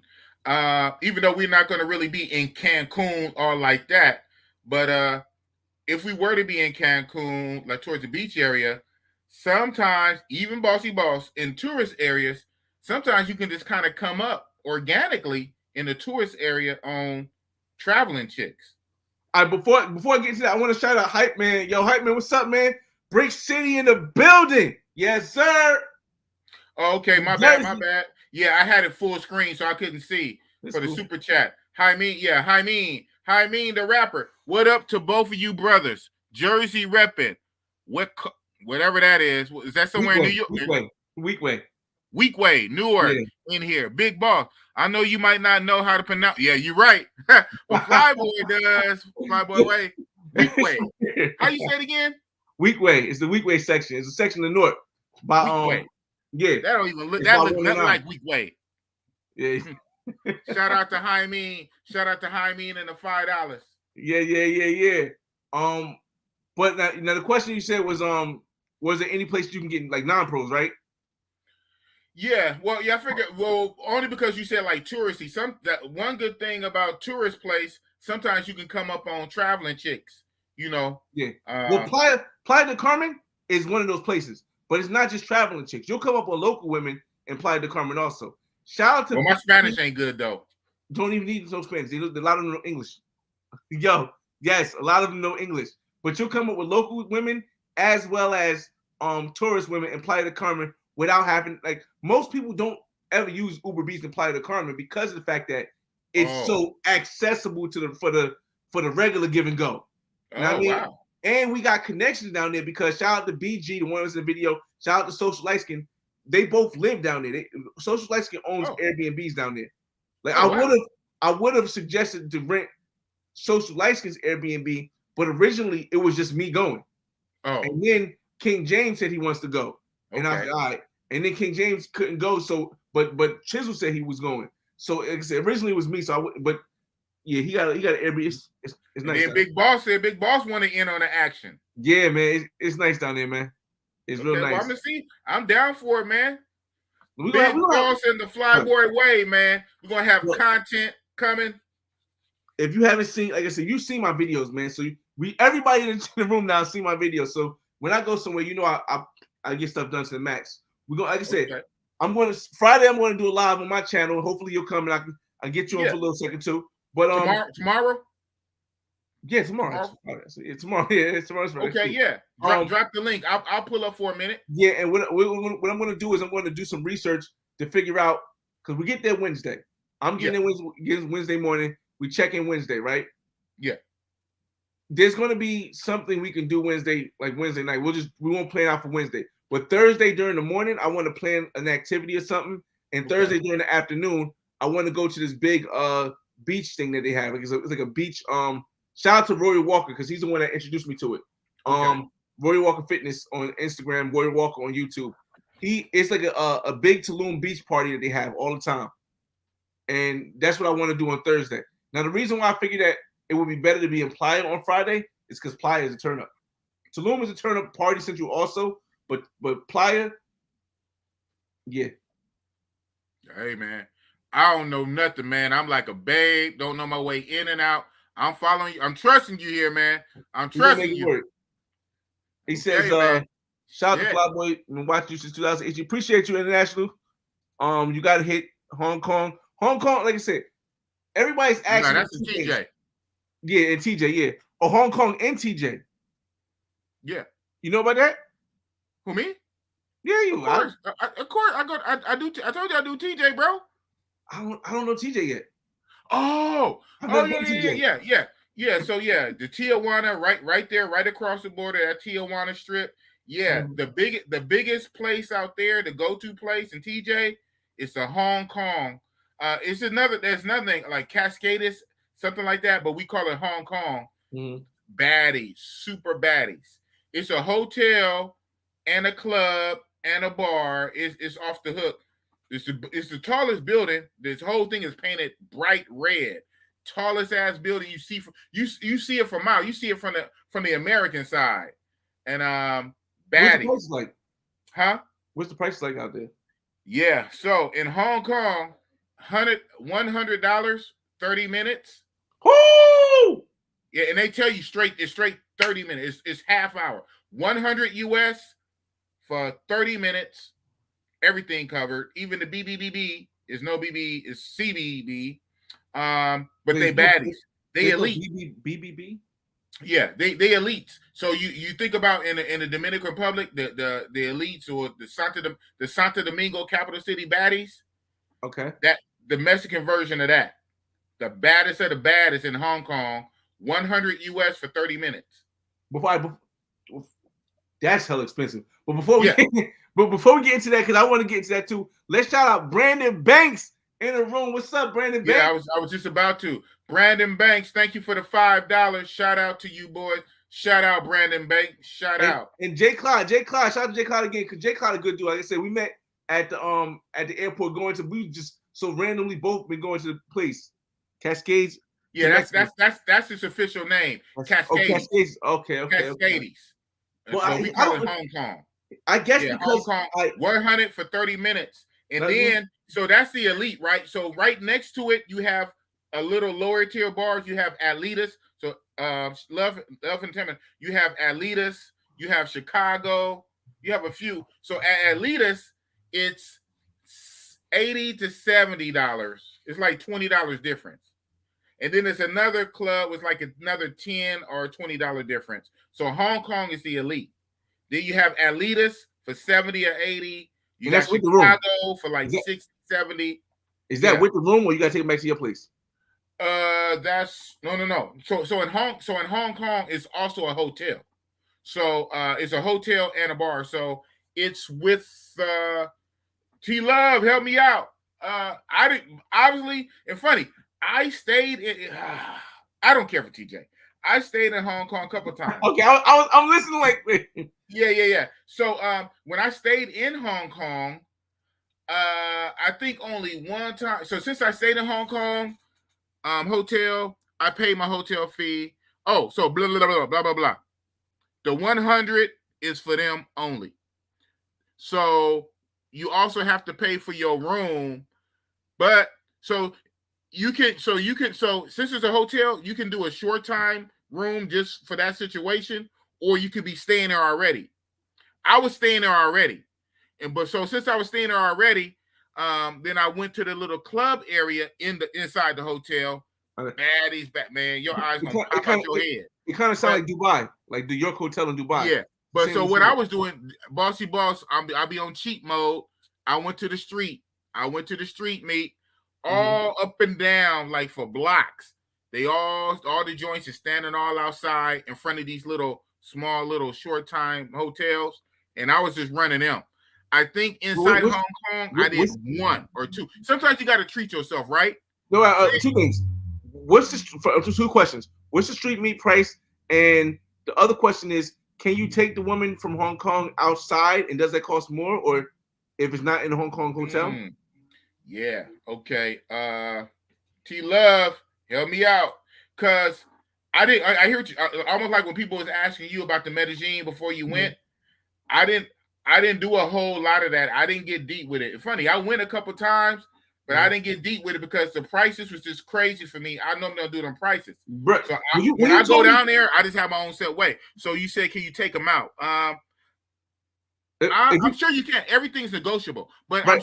I'm sure it has to be a bar fine, because I know somebody. That's what I'm thinking. I'm like, somebody in my group did that. They didn't say, because Hong Kong is. So somebody went down there. They stayed at like a cheaper hotel across town, and they go to Hong Kong. You can do your business there, but I think you can maybe pull them out. But okay, so international says you can take them out, but it's better to get a hotel upstairs. So I'm guessing that's a cheaper hotel. The other thing, see, I always thought TJ was like inexpensive. That's weird that TJ would be in Cancun. They mostly use USD. So even though it's TJ, it's Mexico, that one strip right there, in their mind, they think they little Americans. They quote you USD and everything. So I remember, me and my little attitude sometimes. So sometimes I would and not even just the chicas, like the hotel, some of the restaurant, I would kind of fight back. I say, what is that in Mexican pesos? Then they might have a little look on their face and feel away. And I said, here. So yeah, so I don't care for TJ. Some guys love it. Just like Medellin, you guys love Medellin. A lot of guys love TJ. Boss is different. I don't care for Medellin, Colombia. Right. I really don't care for TJ. I only mess with it because I'm right here in California, right? TJ is like 6-hour drive for me and a 1-hour flight. Here's what I'll say. In Cancun, they have casas also. You know what a casa is, right? Of and course. Casa's about $100. $100 in Cancun for the hour. So to hear that TJ, which isn't as big of a tourist place as Cancun, is $100 for half an hour, but then Cancun is giving you the same thing for an hour. It blows my mind. Like, what the hell? Yeah, but I think that half hours is just for Hong Kong. I think in Atletas, you get the whole hour for 70, 80. Hong Kong is on some. They elite. They elite.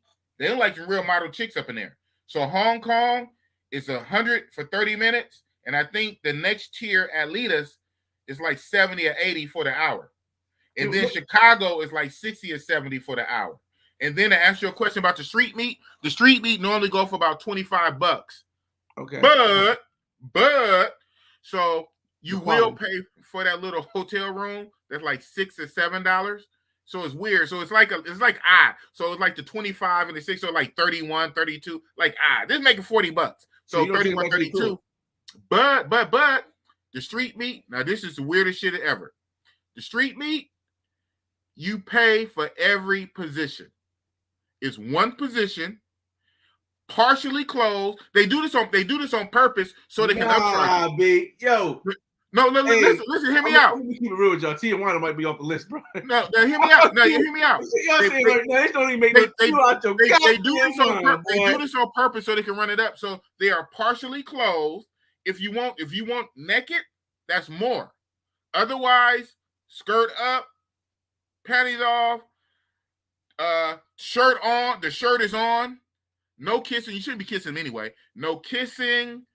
No sucking on a whatever. Robotic. And each position is like another, I think $10. I don't think it's 15. Each position is 10. Oh, cover the BJ is covered. So it's no BBBB. It's CB. All right, covered. Or another, I think that's 15. So the street meat can easily run you $50 to get what you want. It's ridiculous. I don't like it. I need to break down. I don't like it. Break down why you didn't like Medellin. Oh, dang! Chicago's 80 now. Wow. I need to break down why you don't like Medellin because this Tijuana sounds freaking crazy, bro. Oh, it is. Oh, I mean, I would do Medellin before Tijuana, and that's the flight. I would do Medellin before Tijuana, but I don't like neither one. Why is it? What? Yeah, you never really heard this, huh? That's a trip. That's the only thing. People just be so enamored when I say that. So like 50 million times, I have to always repeat myself why I don't like Medellin. Big Boss, you the only one. Why? So for the 50 millionth time, but first time for you, you never heard this, right? The main what was the main thing? The main thing, I guess. When I went by myself. That's what I get. I went out there on a solo trip. I came from doing 2 Sosua trips. I did DR Sosua twice. Everybody talks about Medellin, so boss, I want to go see what this Medellin is about. Went out there by myself. Shout out! I love the New Life Casa. New Life kind of halfway saved the trip. The New Life Casa kind of saved it. You didn't go to Pablo's Casa. Yeah, huh? You didn't go to Pablo's Casa. Pablo's? No, I didn't. I went to El Centro. So I stayed in the Pablo El Toro, literally right down the street from the Park Lair. You know me, I like to be by the action. So I stayed right by the park. I went to the park area. You stayed in El Centro? Oh, hell no, I didn't stay in El Centro. Oh, so I went to El Centro though. You stayed in El Poblado in Park Areas. Okay, I got you. Yeah. I stayed in El Poblado and Park Lair, like right down the street from the park. I went to the park every day to see what the park was about. It was okay, I guess. They was out there trying to tax, but you have to really have your negotiation on. On my last day or two, shout out to Nick, Worldly Traveler. He took me down to El Centro. I said, man, I should have went to El Centro on my first day. El Centro, that's my speed. Did you go to Barra Ejectiva? No. Strip club? You didn't go to Barra. Oh man, bro, we gotta go back to Medellin. We gotta yeah. Well, yeah. So when I start telling my story, everybody always say, "Boss, you didn't do it right. You didn't go here. You didn't go there. You didn't go there." And that's probably true. Guess what? I just went by myself nilly-willy because everybody keep talking about it. So I said, "Well, let me go." So I went out there by myself, Medellin, to see what everybody talking about. I like the new Life Casa. I came across this one bad Venezuelan that gave me a great time. She really saved my trip. That one Venezuelan saved my trip. Her alone and the new Life Casa made it bearable. But when I left, I said I don't plan to go back. But I will go back now because everybody keeps saying, "Boss, you didn't do it right. Blah, blah, blah, blah, blah. Next time, go with me." Okay, whatever. So we'll see. It's because here's my qualification. I know we have the price lower than a lot of places. The food, the food is subpar. The food is subpar. I like spice. Trash. I like some. But Bogota food is worse. So I said, well, Cartagena food is amazing. Barranquilla food is amazing. It's more black people down there, so it's going to be more towards my liking. That's my opinion, my perspective, rather. But Medellin has some good, decent food. It does have some decent food, just not everywhere. Spice. The transportation is inexpensive, and the fact that it has not only it not only pros, but it has the girlfriend experience of women that's non-pros, and the pros are, outside of parking areas is from my experience was a little bit overblown because when I went to you been to Cartagena yet? Cartagena? No. Yeah. Oh shit. This Medellin and Bogota. Medellin and Bogota. Yeah, you gonna have to go to Cartagena, my brother. One time, I only want to go to Cartagena one time to get off the bucket list. I don't think I can keep going back. From what I hear, the prices are ridiculous. The prices are like Sasua. But the quality is okay. Okay. My perspective from what I like. Well, that's why I'll go one time for the quality. But my thing is, I'm not gonna be a repeat customer for quality. I'm gonna be a repeat customer for price. For quality, I'll go one time to enjoy the quality, to treat myself for that one-time quality. But if you want to see me coming back as a repeat customer, I'm not going to keep paying high prices, get knocked over the head to keep coming back and back and back and overpaying. What I would say is the two places. See, because the food thing is going to be an issue in Cuba. Like if I'm talking about quality of price, the price of pros around the world, the food thing is going to be an issue in Cuba because. You mean Colombia? No, Cuba. Oh, Cuba. The food is subpar, if not low, because it's all the same, except for in like 3 places. Food is all the same because the government gives out the food to everybody. Ah, wow. It's always the same. So it's worse than Colombia food? Cuban food is worse than huh? I don't think Colombian food is bad, but Cuban food is. Wow. You don't think of okay, you said the black areas like Barranquilla and Cali. I know there's a difference in taste because there isn't much seasoning in Medellin. In Bogota, I haven't ate fast food. Bogota's trash too. But Medellin, I know there's not a lot of seasoning because the only black people or the majority of the only black people in Medellin are from Choco. Now in Choco, it may be different food, or if you go to a Choco restaurant, it may be different. But no, what I was saying is Cuba. The reason why I went to Cuba is because the prices in Cuba are probably the least amount of prices anywhere I've seen. But it no internet or limited internet. I'm not sure if you for me, here's the reason why I go into, and I'm going to skip that. Here's the reason why I choose Colombia over Brazil. You falo portugués, but not good. Yo hablo español mucho bueno. Yo conozco muchas palabras y yo necesito hablar con mujeres. Es no problema. It's no problem when I speak to it in Spanish because I can speak Spanish very, very well.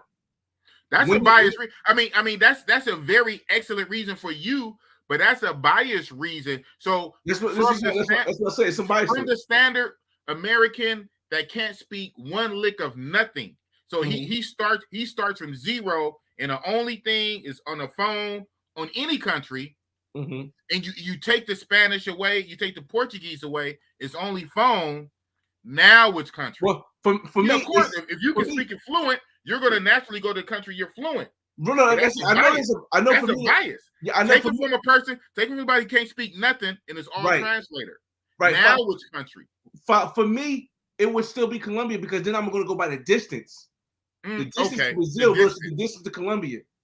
Also, now here, there are some outweighs thing. Like when you go to Colombia, I feel as though, in my perspective, as a Black American, more women are going to come up to you in Colombia, whether you're in Bogota, Medellin, or Cartagena. More women are going to come up to you and be more interested in getting at you than Brazil, because in Brazil there are a lot of Black people. Even though they still know the difference between Black people in Brazil and Black United States citizens, there are a lot of Black people. So in Brazil, I didn't get to feel that a regular woman is going to just come up to you. Now, if you go speak to her, yes, I believe she'll kick it to you. But in Colombia, I got the expression that a woman to come up to you. They'll just come up to you, start talking, hey, without being a pro. You know what I mean? That's my experience. Interesting. Because my perspective is, not saying they are racist per se. My perspective is, in Colombia, there is some colorism, racism. You can see how we talked about this on my channel here and some of my lives. One or two of my people are Colombian or whatnot, and they go a little deeper with it, how there is some underlying like colors and racism, how they treat the Afro Colombians a little different and stuff like that. Whereas in Brazil, because there's Black people there, they embrace their Blackness. They will embrace you. And I guess you can't write a whole country off. So I get that. It's individual. But I would think kind of in Colombia, sometimes your Blackness can work against you in Colombia, where in Brazil, they will embrace you.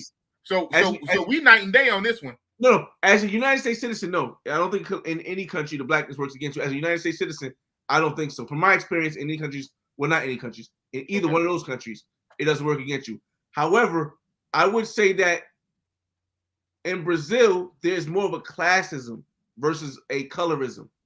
What I mean by that is that it's not as much as what color you are, but at what class of economics you are, whether or not you get, how you get treated. And in Colombia, I can only speak from the American perspective. That's why I try not to go into it. As a Black man, a brown-skinned Black man in Colombia, I'm getting and I'm not the most. I get talked to a lot. I get approached a lot by women. A lot of them don't be pros. It be just women interested in knowing. This is before they even know I speak Spanish. Okay. So, and like I said, I think Barranquilla and Cartagena will open your mind a little bit more. Yeah.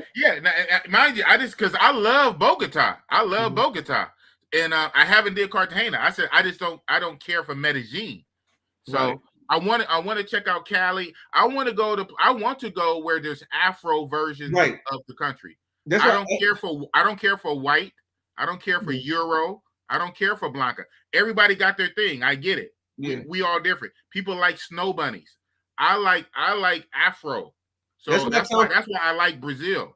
I like Afro. That's why I tell people all the time, because a lot of people will say I don't like Colombia. Not you, but a lot of people say I don't like Colombia because all the women are, because they go to Bogota or Medellin, a lot of women are gonna be light skinned, gonna be white skin or whatever people call it. But then it's like I would say just see, because there are a lot of Black places. Like when I went to Medellin, I went to an all Black club called Jenny Laos, and Jenny Laos was amazing. Jenny Laos was amazing. I mean, it wasn't my vibe. It was amazing feeling to know be around about a lot of Black people, but it wasn't my vibe because all they played was salsa. So it wasn't like they was connecting with all Black people. But at the same token, it was a dope vibe to have. It wasn't like something different to experience, and I get that. But you're talking about going back multiple times, immersing yourself. So I can go to Rio where they have Casa Black, favela funk and whatever, But everybody is different, I like Afroism, man. But of course, then I know if I'm just gonna get off on something else crazy, go out to Thailand. They look nothing like me at all, but it's just wild, it's crazy. You talk about them coming up to you because of this. Oh, them Asians, they love the melanin because you're so different. Yep, You know, I've actually dated a woman who came from Bangkok. She was an au pair. I don't know if you know what au pair is. Au pair is a woman who comes over from foreign to come over here to babysit, basically, to watch rich people's kids. So she was an au pair. She had been here at least 3 months before I met her. And now she's over here. She married a brother. She married a brother in New York. She's cool as hell. But she was from Bangkok, and I got that experience. I do plan on going to Asia. I do plan on going to Africa. Those are the two places I plan on going in the future. I just want to wait till I retire, so when I go places, I can go for a month. I can kind of do what Barber World TV does. Like that's what I see myself doing once I get to retirement, like when I'm 45 or 46. I plan on my son will be in school. He'll be finishing up high school. My daughter should have her own place, whatever she's gonna do and work. And I'll be able to. And if I have a little one, I'll be in Latin America. I'll just be going back and forth there, and then traveling to places like Asia for the month, or Africa for the month, or if Australia get their stuff together, Australia for the month. Wow, Australia, huh? The land down under. Like for the travel shit. Since my mind is open to the travel shit, I want to hit a lot of places at least one time for the experience. I wouldn't mind hitting the France, England, for the experience for the one time. But in my mind, I put that in my mind for the one time. For me to constantly go back and forth, it got to be something to it. First, the main thing, the price got to be right. The price got to be right. If I'm gonna be a repeat and a customer, if I'm gonna be a repeat customer, the price got to be right. If I'm going for one time, like I conquered, I'm here, I check it off the bucket list. That's one thing. But the price got to be right if I'm gonna keep going back and forth, though. I mean, I really didn't know Tijuana was like that, bro. I just can't. Listen. Yeah, but hold on, boy. A lot of people in my circle, they love Tijuana. So take what I say with a grain of salt, because what I said about Medellin. You know how you feel about Medellin. You heard what I feel about Medellin. But here's the difference with Medellin is a preference. You talking about price? Ain't no preference of price. Ain't no preference of price. Price in situation. No. Right. Yeah. And I didn't even know Chicago went up to 80. Oh, that's crazy. Chicago is one of the lower ones right before you got to the street, because it normally goes Hong Kong, Atletas, Chicago, and after Chicago, then it is the fourth. It's the smaller bars, and after the smaller bars, it's the street. So Hong Kong, Atletas, Chicago, bars, street. And Chicago is 80. Oh wow, that means Atletas there must be 90, and Hong Kong might have went up to 110, 120. I don't know. For 30 minutes, everything covered. My expectation of Tulum is it'll probably be a lot like American women and women like that, because when I've been on Tinder with Tulum, and they ain't really been like locals, but Playa's a go-to. So, but I just can't. Uber Beats 120, 140. Shit. Like I said, the first one definitely probably ain't gonna be like that for us. It ain't gonna. The first one might just be the cab. Cab might be 40. Okay. Well, the first one. The first one. I mean, because of the city, that city is more easier. No, because I've connected with Uber Beats. Oh, like Uber Beats is thriving because of my promotion, and because of my promotion, they like, yo, whenever you get down here, just hit me up. Oh shit, Thailand, man. Oh shit. Hey, I'm with this guy. I'm with FlyBoyWay. Yeah. Yo, shout out to Richie Mac. Richie Mac zoomed to Thailand. Let me tell you, I was like, when I watched Richie Mac shows, I was like, yo, it's somebody out there that's editing like me. I know it sounds kind of, like I said, kind of cocky or not, but I've been editing for a long time. I haven't really seen anybody editing like me until I seen Zoom on Thailand. Then I was like, yo, this is crazy. I'm like, oh, somebody's actually spending the time to edit. But the only thing is that because I've been editing so long, it don't take me as long to edit. But once he gets it, it's gonna start. When he said he's spending a day on editing, he's gonna start doing it in 4 hours. He's gonna start putting out episodes every day. Every day. The views expressed by people on the Big Boss Show does not necessarily represent Big Boss Real Talk. Wow, gotcha. Now, but I watch his videos faithfully, man. He's really good, man. The way he puts it together. Like, I'm a storyteller. When I say I'm a storyteller, I started with hip hop. I started writing poem. Actually, I started with poetry, telling my story through poetry. And then somebody said one day, you should rap. So then I did rap. You'll see me on my channel. Let me share the screen. You'll see me on my channel. Hold up. Right? Hey, hold on. Only here on Big Boss Real Talk. Zoom to Thailand challenges the Flyboy Way to an editing battle. I know who I got my money on. Hey, tell Zoom. No offense, Flyboy. Hey, Zoom, man. You gotta get a couple more videos up, You Zoom. can't make this up. You gotta get a couple more videos. You're my man, though, but you gotta get a couple more videos, man. I'll let you. I'll let you slide when you get a couple more videos, man. Oh, but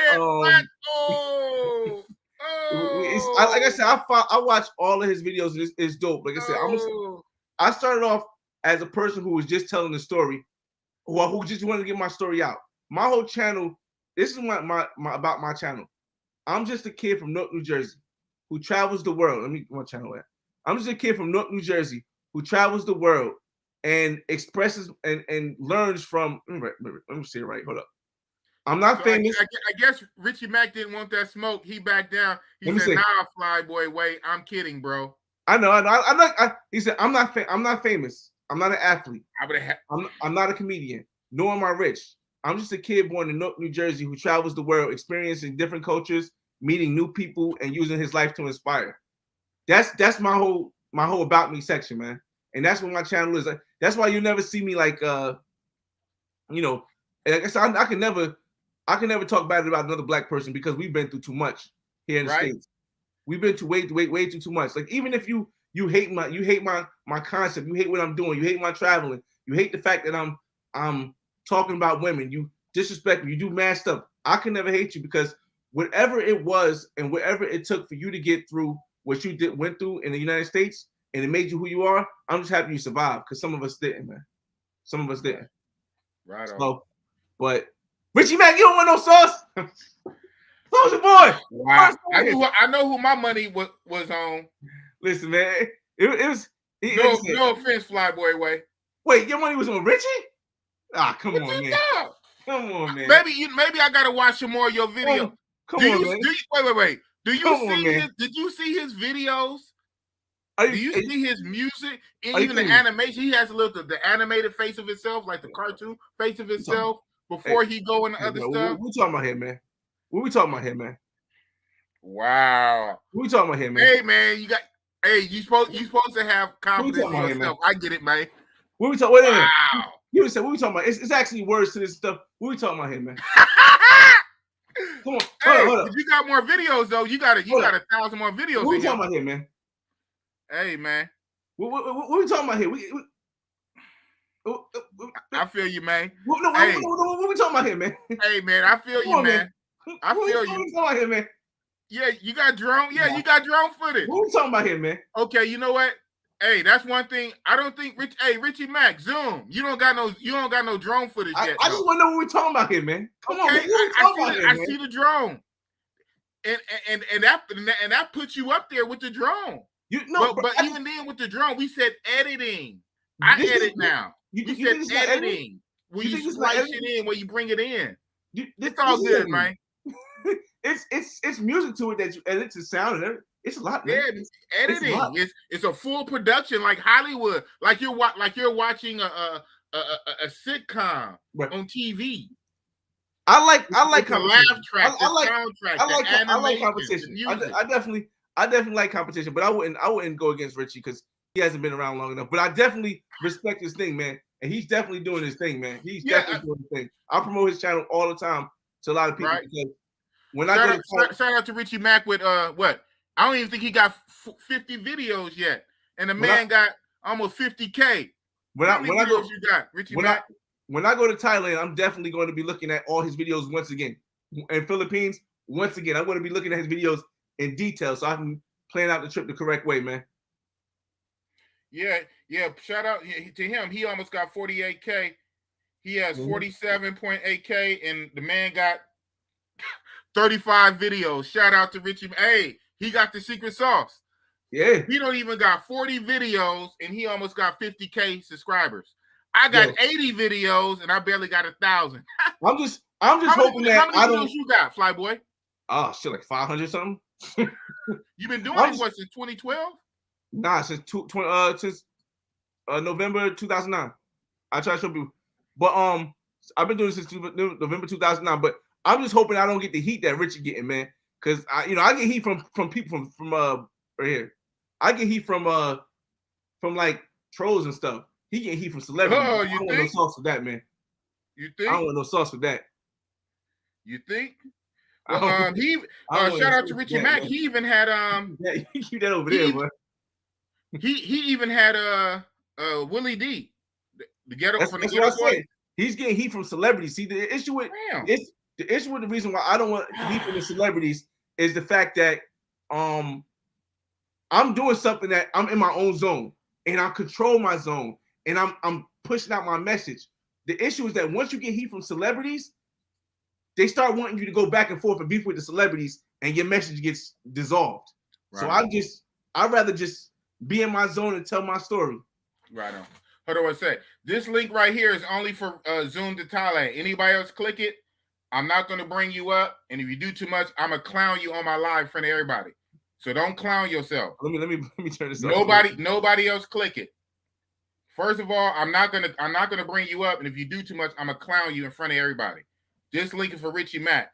I'm trying to send her the one I sent you, and it's so stupid phone. It act like it don't want to copy and paste it.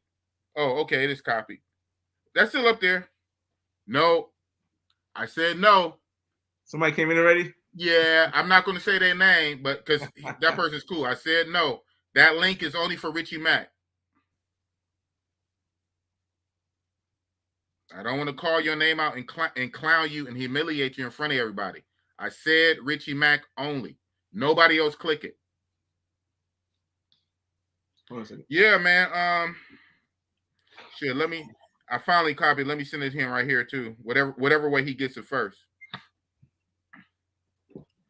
Yeah, that was very interesting. You said that, bro. Man, where you at? Said what? That you can edit better than Zoom. Oh, you ever see a versus battle? Yeah, I guess. That's you go. I sent it to him on here too. It would end up being Jadakiss versus Dipset, and I'm Jada. Zoom to Thailand knows the Black Power Ranger. and see, I can't even play the material here.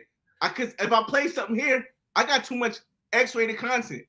But okay, hold on. Shout out to HD Chillin'. Not too many YouTubers can step the fly. Okay, There you go. It's a tough punch, man. Okay, but we talking. Okay, what are we talking? We're talking editing. We're not talking about showing booties. Oh wait, no. We're talking about the editing. No, but I thought we were talking about content in general. No. Oh, no. Okay, no. We were talking about the editing skill, not content. I can edit some amazing movie. Yes, but the content is what matters. We're talking with the content. But that's not what we're talking about, though. Okay. But you know what? I got yeah. We got competition. Richie Mack. No. Wait. Let me get this out. Okay. TheFlyBoyway is the man. I came up behind him. I was joking around, man. TheFlyBoyway, you got all the love and respect for me, man. I don't want no smoke, bro. I was just joking. Likewise. Respect is mutual. Appreciate what you're doing. I love what you're doing. Like, I watched you when I was learning my way, I was watching TheFlyBoyway get his thing off, explaining things. Like you gotta give it up to where it is. So it's nothing like that, man. I'm just joking, man. I'm teasing you. You know what I mean? I heard something about editing. When I woke up, I heard editing. I'm like, editing is, Big Boss always talk about the editing. When you said I was joking. But man, yeah, I was only talking about editing, not content. Just the it don't matter. It don't matter. TheFlyBoyway was doing and putting it there way before me. He got a totally different style, and the fact that I'm even on the same platform as y'all three, I'm honored to say that, man. So Appreciate what it, you're man. doing. I don't want to mess up your interview or nothing like that because y'all was doing y'all thing. It's almost over now. I'm just happy that it's other brothers out there. We free-forming right now. Yeah, I'm just happy there's other brothers out there showing different ways because I know my way usually applies to like a lot of younger crowd. Your way applies to older and younger crowd. The fact that if they take me out, they still got you. The fact that they take you out, they still got me. If they take both of us out, we got other content. Right? Our message is getting out now. That's the most important thing to me. Absolutely. And you was a trendsetter way before I got in the game. How long you been doing it? 13 years. 2019. See what I'm 13 saying? years. 13 See what I'm years. saying? Shout out to you. Yeah, you don't flex on that like that. You gotta let that live, man. He's a legend. You let that sit there. You know, Hey, context. We said editing. But that triggered me. You know what? I might be able to beat Richie, I might be able to beat him in golf. Oh shit! No, I might be able to beat him in golf now. He trying to be messy now. He trying to be messy. Listen now. I watched that part, man. Listen. I don't know if you edited it out, but boy. Yeah, man, my golf is a little like, Mm-hmm. Now, my grandfather taught me when I was younger how to play golf. Okay. And for me, I played until I was like 16. I was really good. I just stopped because at 16, golfing ain't gonna get you no women.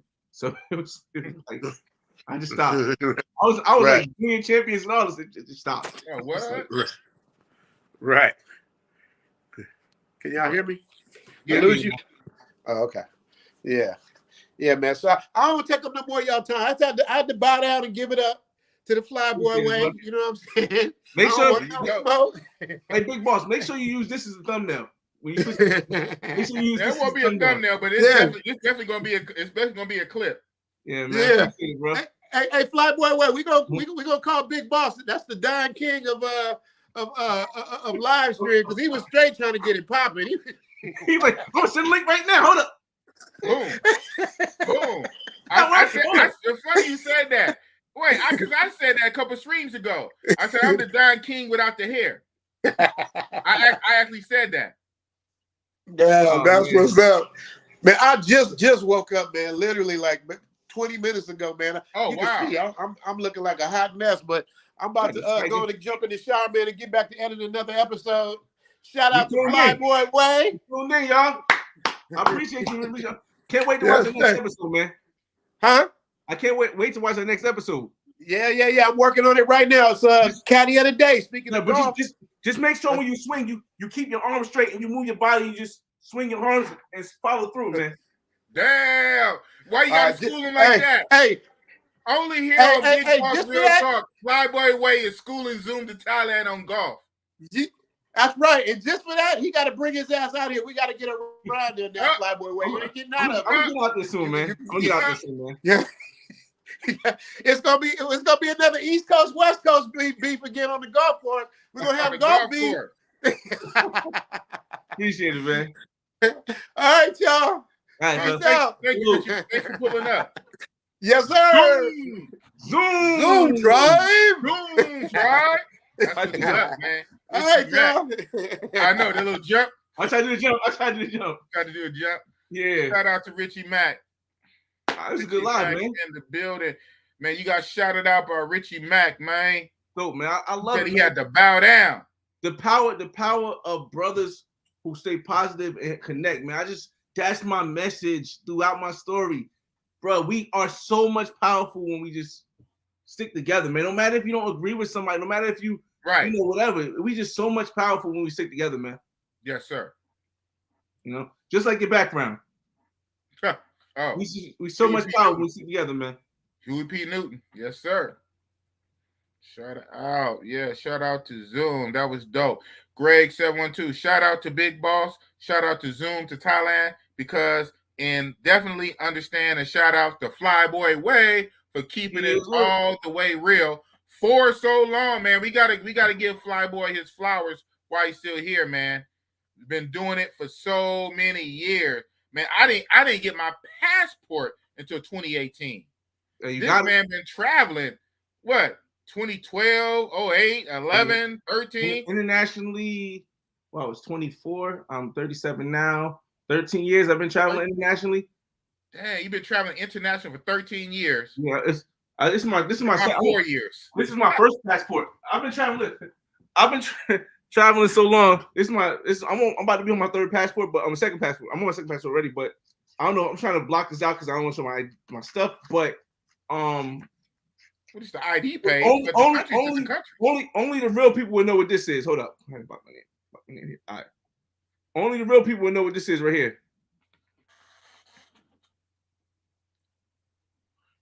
Yeah. Zoom in. Hold up, this way. Or I go. Oh, you see that? Bruh. Oh, that's a visa? Yeah, it's back when you needed a visa to get in Brazil. That's a visa to go to Brazil. Yeah. Exactly. When I saw the Brazil, that's what made me think it was a visa. Yeah. Damn. Yeah. Well, just like Obama opened up Cuba, Trump opened up Brazil for us though, because Bolsonaro messed with Trump. Mm-hmm. Yeah, I remember that. I remember that it was for all you Obama people. Brazil visa. Yep, he got it. Brazil visa. Yep. Hey, dang, you got one? Yeah, you sure do got one. I remember. You got one older than that? Woo-hoo-hoo. Huh? You gotta get Jay Cloud on your channel too, man. Jay Cloud good people, man. He got real. Oh yeah, he the best. He never asked me. It's all good. 160. Oh, so it cost the visa used to cost 160? And I had to go to New York to get it. What? For real? Yeah, because so would I have to go to New York, or can I go somewhere on the West Coast? You probably had to go to LA. There was only certain There was only certain embassies that you could do it from. Oh wow, that's deep. Mm-hmm. I'd have to go to Los Angeles to get mine. You get yours, yeah. Melvin Riddle, shout out to Melvin Riddle. I still have my Brazil visa and passport. Damn. Yeah, man. But Club Hell. Clifton said, I remember going to Canada and Mexico with just my ID. I heard about them days. I didn't understand that. That's pre 9/11, man. The world changed. Funny, the world changed with 9/11, then the world changed with CV in 2020, the virus. Damn, that's crazy. What you said? You would go to SF. Oh, yeah, I thought so. Yeah, I probably could go to San Francisco or Los Angeles. Yeah, probably. No, not Oakland. That's what's up. That's what's up. Well, man, it's been over 2 hours, man. We've been rocking out, and it seems like we still got a lot of gas in the tank. But damn, we do maybe another 15 minutes, but then I gotta get to Boo Lovin' a little bit. Look at you. Oh, is your joint there? Nah, I'm just setting something up for Miami. Oh yeah. So we call that cupcaking then. Oh, cupcaking. Yeah, out here in Cali. If she's not in front of you, and it's all on the phone, either text or talking, and you trying to set it up for later, so it can be cool later. That's cupcaking. I like that. Yeah. Cupcaking. Yeah. Boo loving is when she's physically there. You boo loving, but if she's on a phone or text, you cupcaking. Okay, so you set it up for later. Whenever you talking sweet to a woman to try to get some plans, cupcaking. Yeah, talking sweet. Like you get it. It's that Bay Area Oakland shit. My first countries were Bahama and Mexico. Damn. Well, yeah, I can see the Mexico, but Bahamas. Trump come back and say he opened up Venezuela. Y'all gonna catch me in a red cap. I got mine already. Mine's is right over there. I'll wear it. I might get demonetized. I might get demonetized. You know how they feel about him. I hear you can't even really say his name too much. So I gotta watch that. You can't say it just like you can't say CV. You can't even really say his name. Yeah, but y'all thought I'm a 45 man. I'm a 45 man. Yes, sir. I know a lot of people on the other side of the country ain't. But I'm saying Cali, we a little different though. Grega, I would be wearing that mega head looking like Kanye West at the cookout. Yeah, but funny, even if he or anybody opened it up, just because it's open, man, the situation could still be what it is. Like Haiti is open, right? Ain't Haiti open? I don't want to talk ill of them, but you go down there, man, you gotta watch it, man. They got you might have to watch a little bit, but it's all parts man. They got kidnappings and all kind of stuff. So it could be open all it won't. it'd be open enough for you to go down there and get caught up into something. So, I don't know. I'm gonna have to let the Venezuela kind of cool down and let a lot of other people go first. And shit. HD, I've been there. That's the airport. I went to the Blue Lagoon. This is before that trip to France. Is that's the airport. Reaching Iceland. Yeah. That's the Blue Lagoon. I had wow. Man, you've been all over the place. That's why you got to put some respect on your name. Man, editing or not, just content in general. The length of time. Like I said, no matter and drone footage. People say I'm humble, but I really say I'm respectful. But on top of that, like I just know for a fact it can't be all about me. It got to be about everybody that's doing it in the community, because I know how it is if you take one person out and it just shuts down everything. So the more of us, like, I preach that all the time, man. Yes, I've been all these places. Yes, I got all these amazing footage. I spent $3,500 just going to Medellin, and I didn't have, nobody spends that much in a week. No wonder why you had a good time. If I'd have spent $1,000, I'd have had a good time too. I spent that much money because I wanted to show everything I could. I didn't sleep. It was one episode where I did a live while I was there, and I was like falling asleep on a live. But the purpose is so important because of how much we have to endure as Black United States citizens. The purpose is so important that I give my all to it, man. That's why I can't be in a relationship. I give my all to it. My kids, they get it first, but I give my all to this too. That's what's up. Yeah, so a few weeks back, Bossy Boss fell asleep on one of my lives on one of my Fridays, my Friday night tap in. I'm gonna check that out. Yeah, shout out to Richie Rich, man. Richie Rich, he ran the whole show, and and the cool part about it, I would wake up. I was in and out, so I would wake up and go back to sleep, and then I see in the chat, the chat was still going. Man, Boss is snoring. I said, damn. Yeah, go check it out. It's the video. Friday night tap in, episode 8, beef. Where's the beef? The thumbnail shows the cow. Thumbnail. Yeah, with the cow and somebody punching the cow. It was meat. I thought it was meat in the thumbnail. Huh? I thought it was meat in the thumbnail. It is. Yeah. So it's a cow, and then it's a boxing glove punching the cow, and then the red arrow shows a piece of meat, and it's like in a boxing ring. Friday night tapping, man. I went to sleep for like half the live, man. That's gonna be my exorcism while I'm at work tomorrow watching them. But Richie, and funny, and even when I was dozing and getting woozy, I had the I'm glad I did, man. I had the presence of mind to turn off my cam. Ooh. And I felt comfortable because Richie Rich had just happened to pull up on the panel. Right. Everything works out, so he just took over. So shout out to Richie Rich. Imagine you'd had that, then you hit that camera and you'd been sleeping like, man, that would have been viral. I'd have been viral though. So maybe, but everything ain't worth it. Hey, so any last words? I'm gonna let you go, man. We got to do it again. Oh, you going live tomorrow? So yeah, so I'll pull up on your live if you want me to. No featuring interview, but just pull up on the panel just to say what's up. Yeah, it's gonna be an hour long. I'm gonna make it to a loud hour. I got my son; he'll be coming in and out and stuff. But last words, man. Like I said, to the death of me, man. I'm gonna keep preaching it, man. Like we work so much better when we work together, man. Like Black people have been miseducated in the United States. We've never had the opportunity to tell our story in history books, in TV shows, in any form or fashion of written documents. There's never been a Black perspective of the world. But because of technology, not just YouTube, but because of technology, we're able to change that. One person can't change that. The more of us there is, the less they can get rid of all of us. So that's why I tell everybody, if you're a traveler, if you have a story to tell your story on YouTube. Don't worry about getting paid. Just do it just to get it out there, because somebody might be inspired by your story. Somebody might be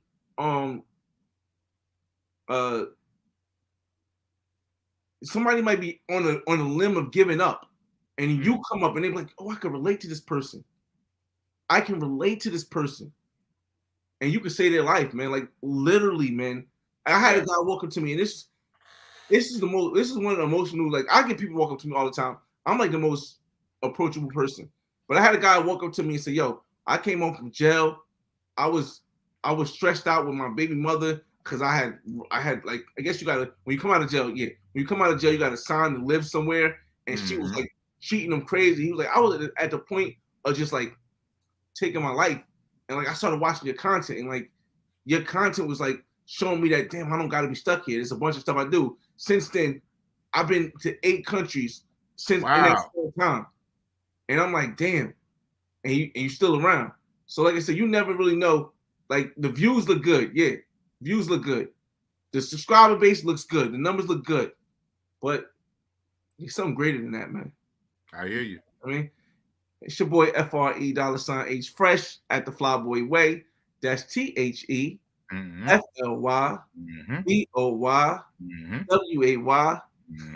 Don't ask why, just check out the channel, and I'll see you in the next video. Peace. Boom! Real talk with Fly Boy Way. Shout out, right? Impact. Man. Wasn't that something? We just had the Fly Boy Way on here. He took us back to the day. He took us back at least a decade. He's been traveling at least 12, 13 years. He's been recording it on YouTube for about the same time, 11, 12 years. And he took us back on his channel, which you can go to see more of his videos on the Fly Boy Way. He took us back about 10 years, at least from 2015, 16, 2012. Yeah, 2012 all the way up to now. All the countries he's been to, he broke it down. So if you missed any of this, go back and watch it. This is not like my Saturday Night Lives where they're like 7, 8 hours long. Or even my Friday night tap-ins, that's 4 or 5 hours long. We rocking about 2.5 hours. So if you missed any of this, make sure you go back. A big shout out to Richie Mack. Zoom to Thailand, pulled up for a few minutes. Man, I thought we was going to have an edit battle set up on here between Zoom to Thailand and Flyboy Way. But shout out, man. It's all good, man. And just to piggyback on what Flyboy Way said, man, us brothers, us black, man, we all we got. So it's all, we already have been miseducated, post-slave trauma bullshit from back in the day. At each other's necks in the streets, and now here on YouTube and in a public platform going at each other. The shit is not cool. That's why I will not engage. I will not engage with it. I know there's others that's against me. I'm not going to engage in the back and forth. All I'm going to do, I'm going to just keep putting out fire content. And like I say, the one time that I spoke against someone, it was not even an ad hominem attack at them. I was not attacking them. I just highly disagreed with what they said. And now that person has agreed to come on my channel.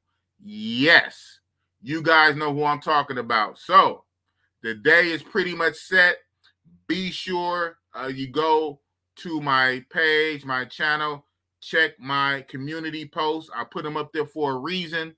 That person I'm talking about will be on my channel as early as next week. The one person that I had an issue with and I made the video against them, they have agreed to come on my channel. So Big Boss is doing big things. I got other stuff more than that. But I learned my lesson about counting the chickens before they hatch and saying it. So shout out to the Flyboy Way. As you guys know, this great interview tonight was supposed to happen on Tuesday. And after I did the video on Monday with Dan, DreamWork Dan, the guy with the 3 wives, Dan is going to come on in another week or two. Dan is going to come on again. DreamWork Dan with the 3 wives are going to come on. And this time his wives will be on camera. So we just talked about that today. We're trying to set it up. But when Dan was on, I said, yeah, and tomorrow I got Flyboy Way.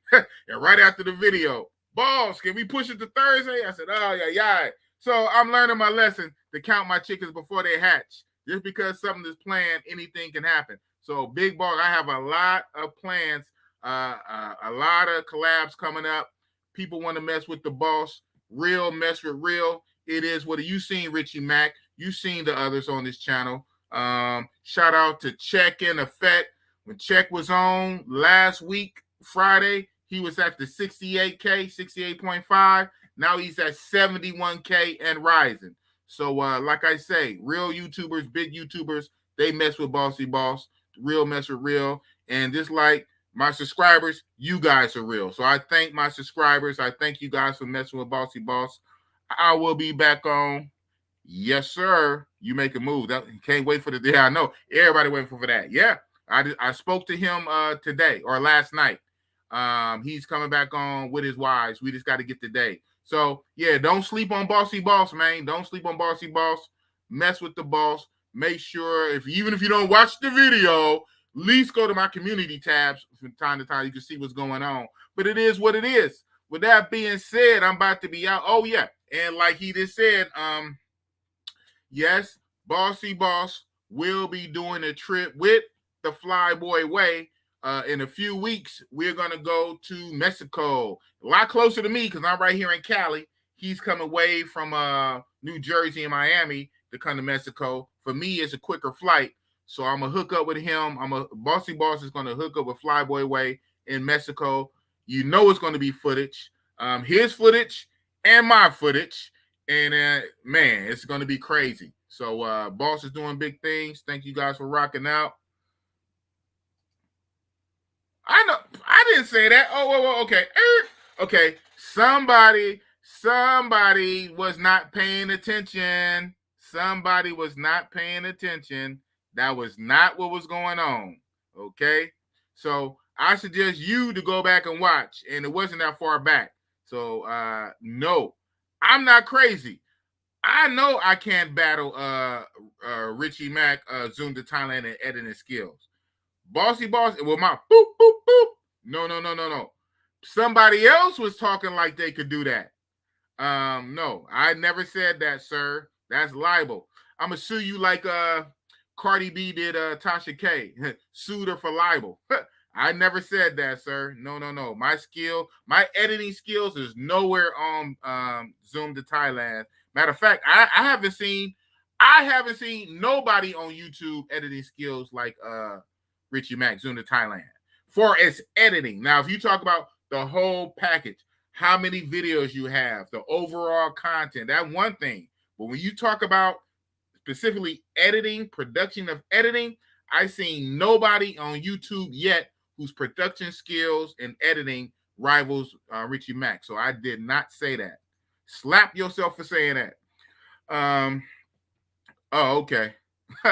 He said, all good, bro. English is my second language. How do you sue a bro guy, right? But that's what it is, man. It's all fun and games. But yes, sir. So thank you guys for rocking out with Bossy Boss. The two lives I had today, like I said, the one with we just had right now, this same stream with the Flyboy Way, even though it should have been Tuesday, it's today. This was set up. The one I just did earlier, a few hours earlier, with Brandjor around the world. Shout out to Brandjor. That was kind of impromptu. He hit me up in the wee hours that, boss, I want to come on your show because Friday I'm going to be in flight all day. So I can't do it on Friday. Friday I'm going to be in transit, in and out on airports and flying around. So Thursday, only day I got. I said, wow, I'm already doing Flyboy on Thursday. So I squeezed Brandjor, and I'm glad he did. Also, go check that out. So I'm giving you a lot of content. Go check that out. That's about just under 2 hours, like an hour 47. If you missed that, he had a baddie with him. He had a baddie, Venezuelan baddie. She has her own YouTube channel. She has an IG. She's a masseuse in Cartagena, and she's a tour guide. So shout out to Brandjor and shout out to Learn Crypto. So blah, blah, blah, yada, yada, yada. Yeah, he do. Yeah, everybody got, a lot of people got skills. Shout out to Jedi. Shout out to Jedi, Dree TV. Yeah, he got skills with the editing. He got real good skills with his music.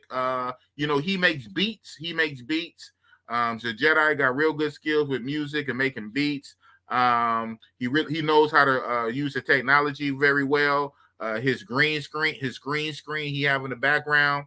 So yeah, that's a good thing. We have a lot of good creators, content creators, and we all getting better. You know, I don't think too many of us are professional at this, and we're learning on the job. You know, we're learning as we go. We get better.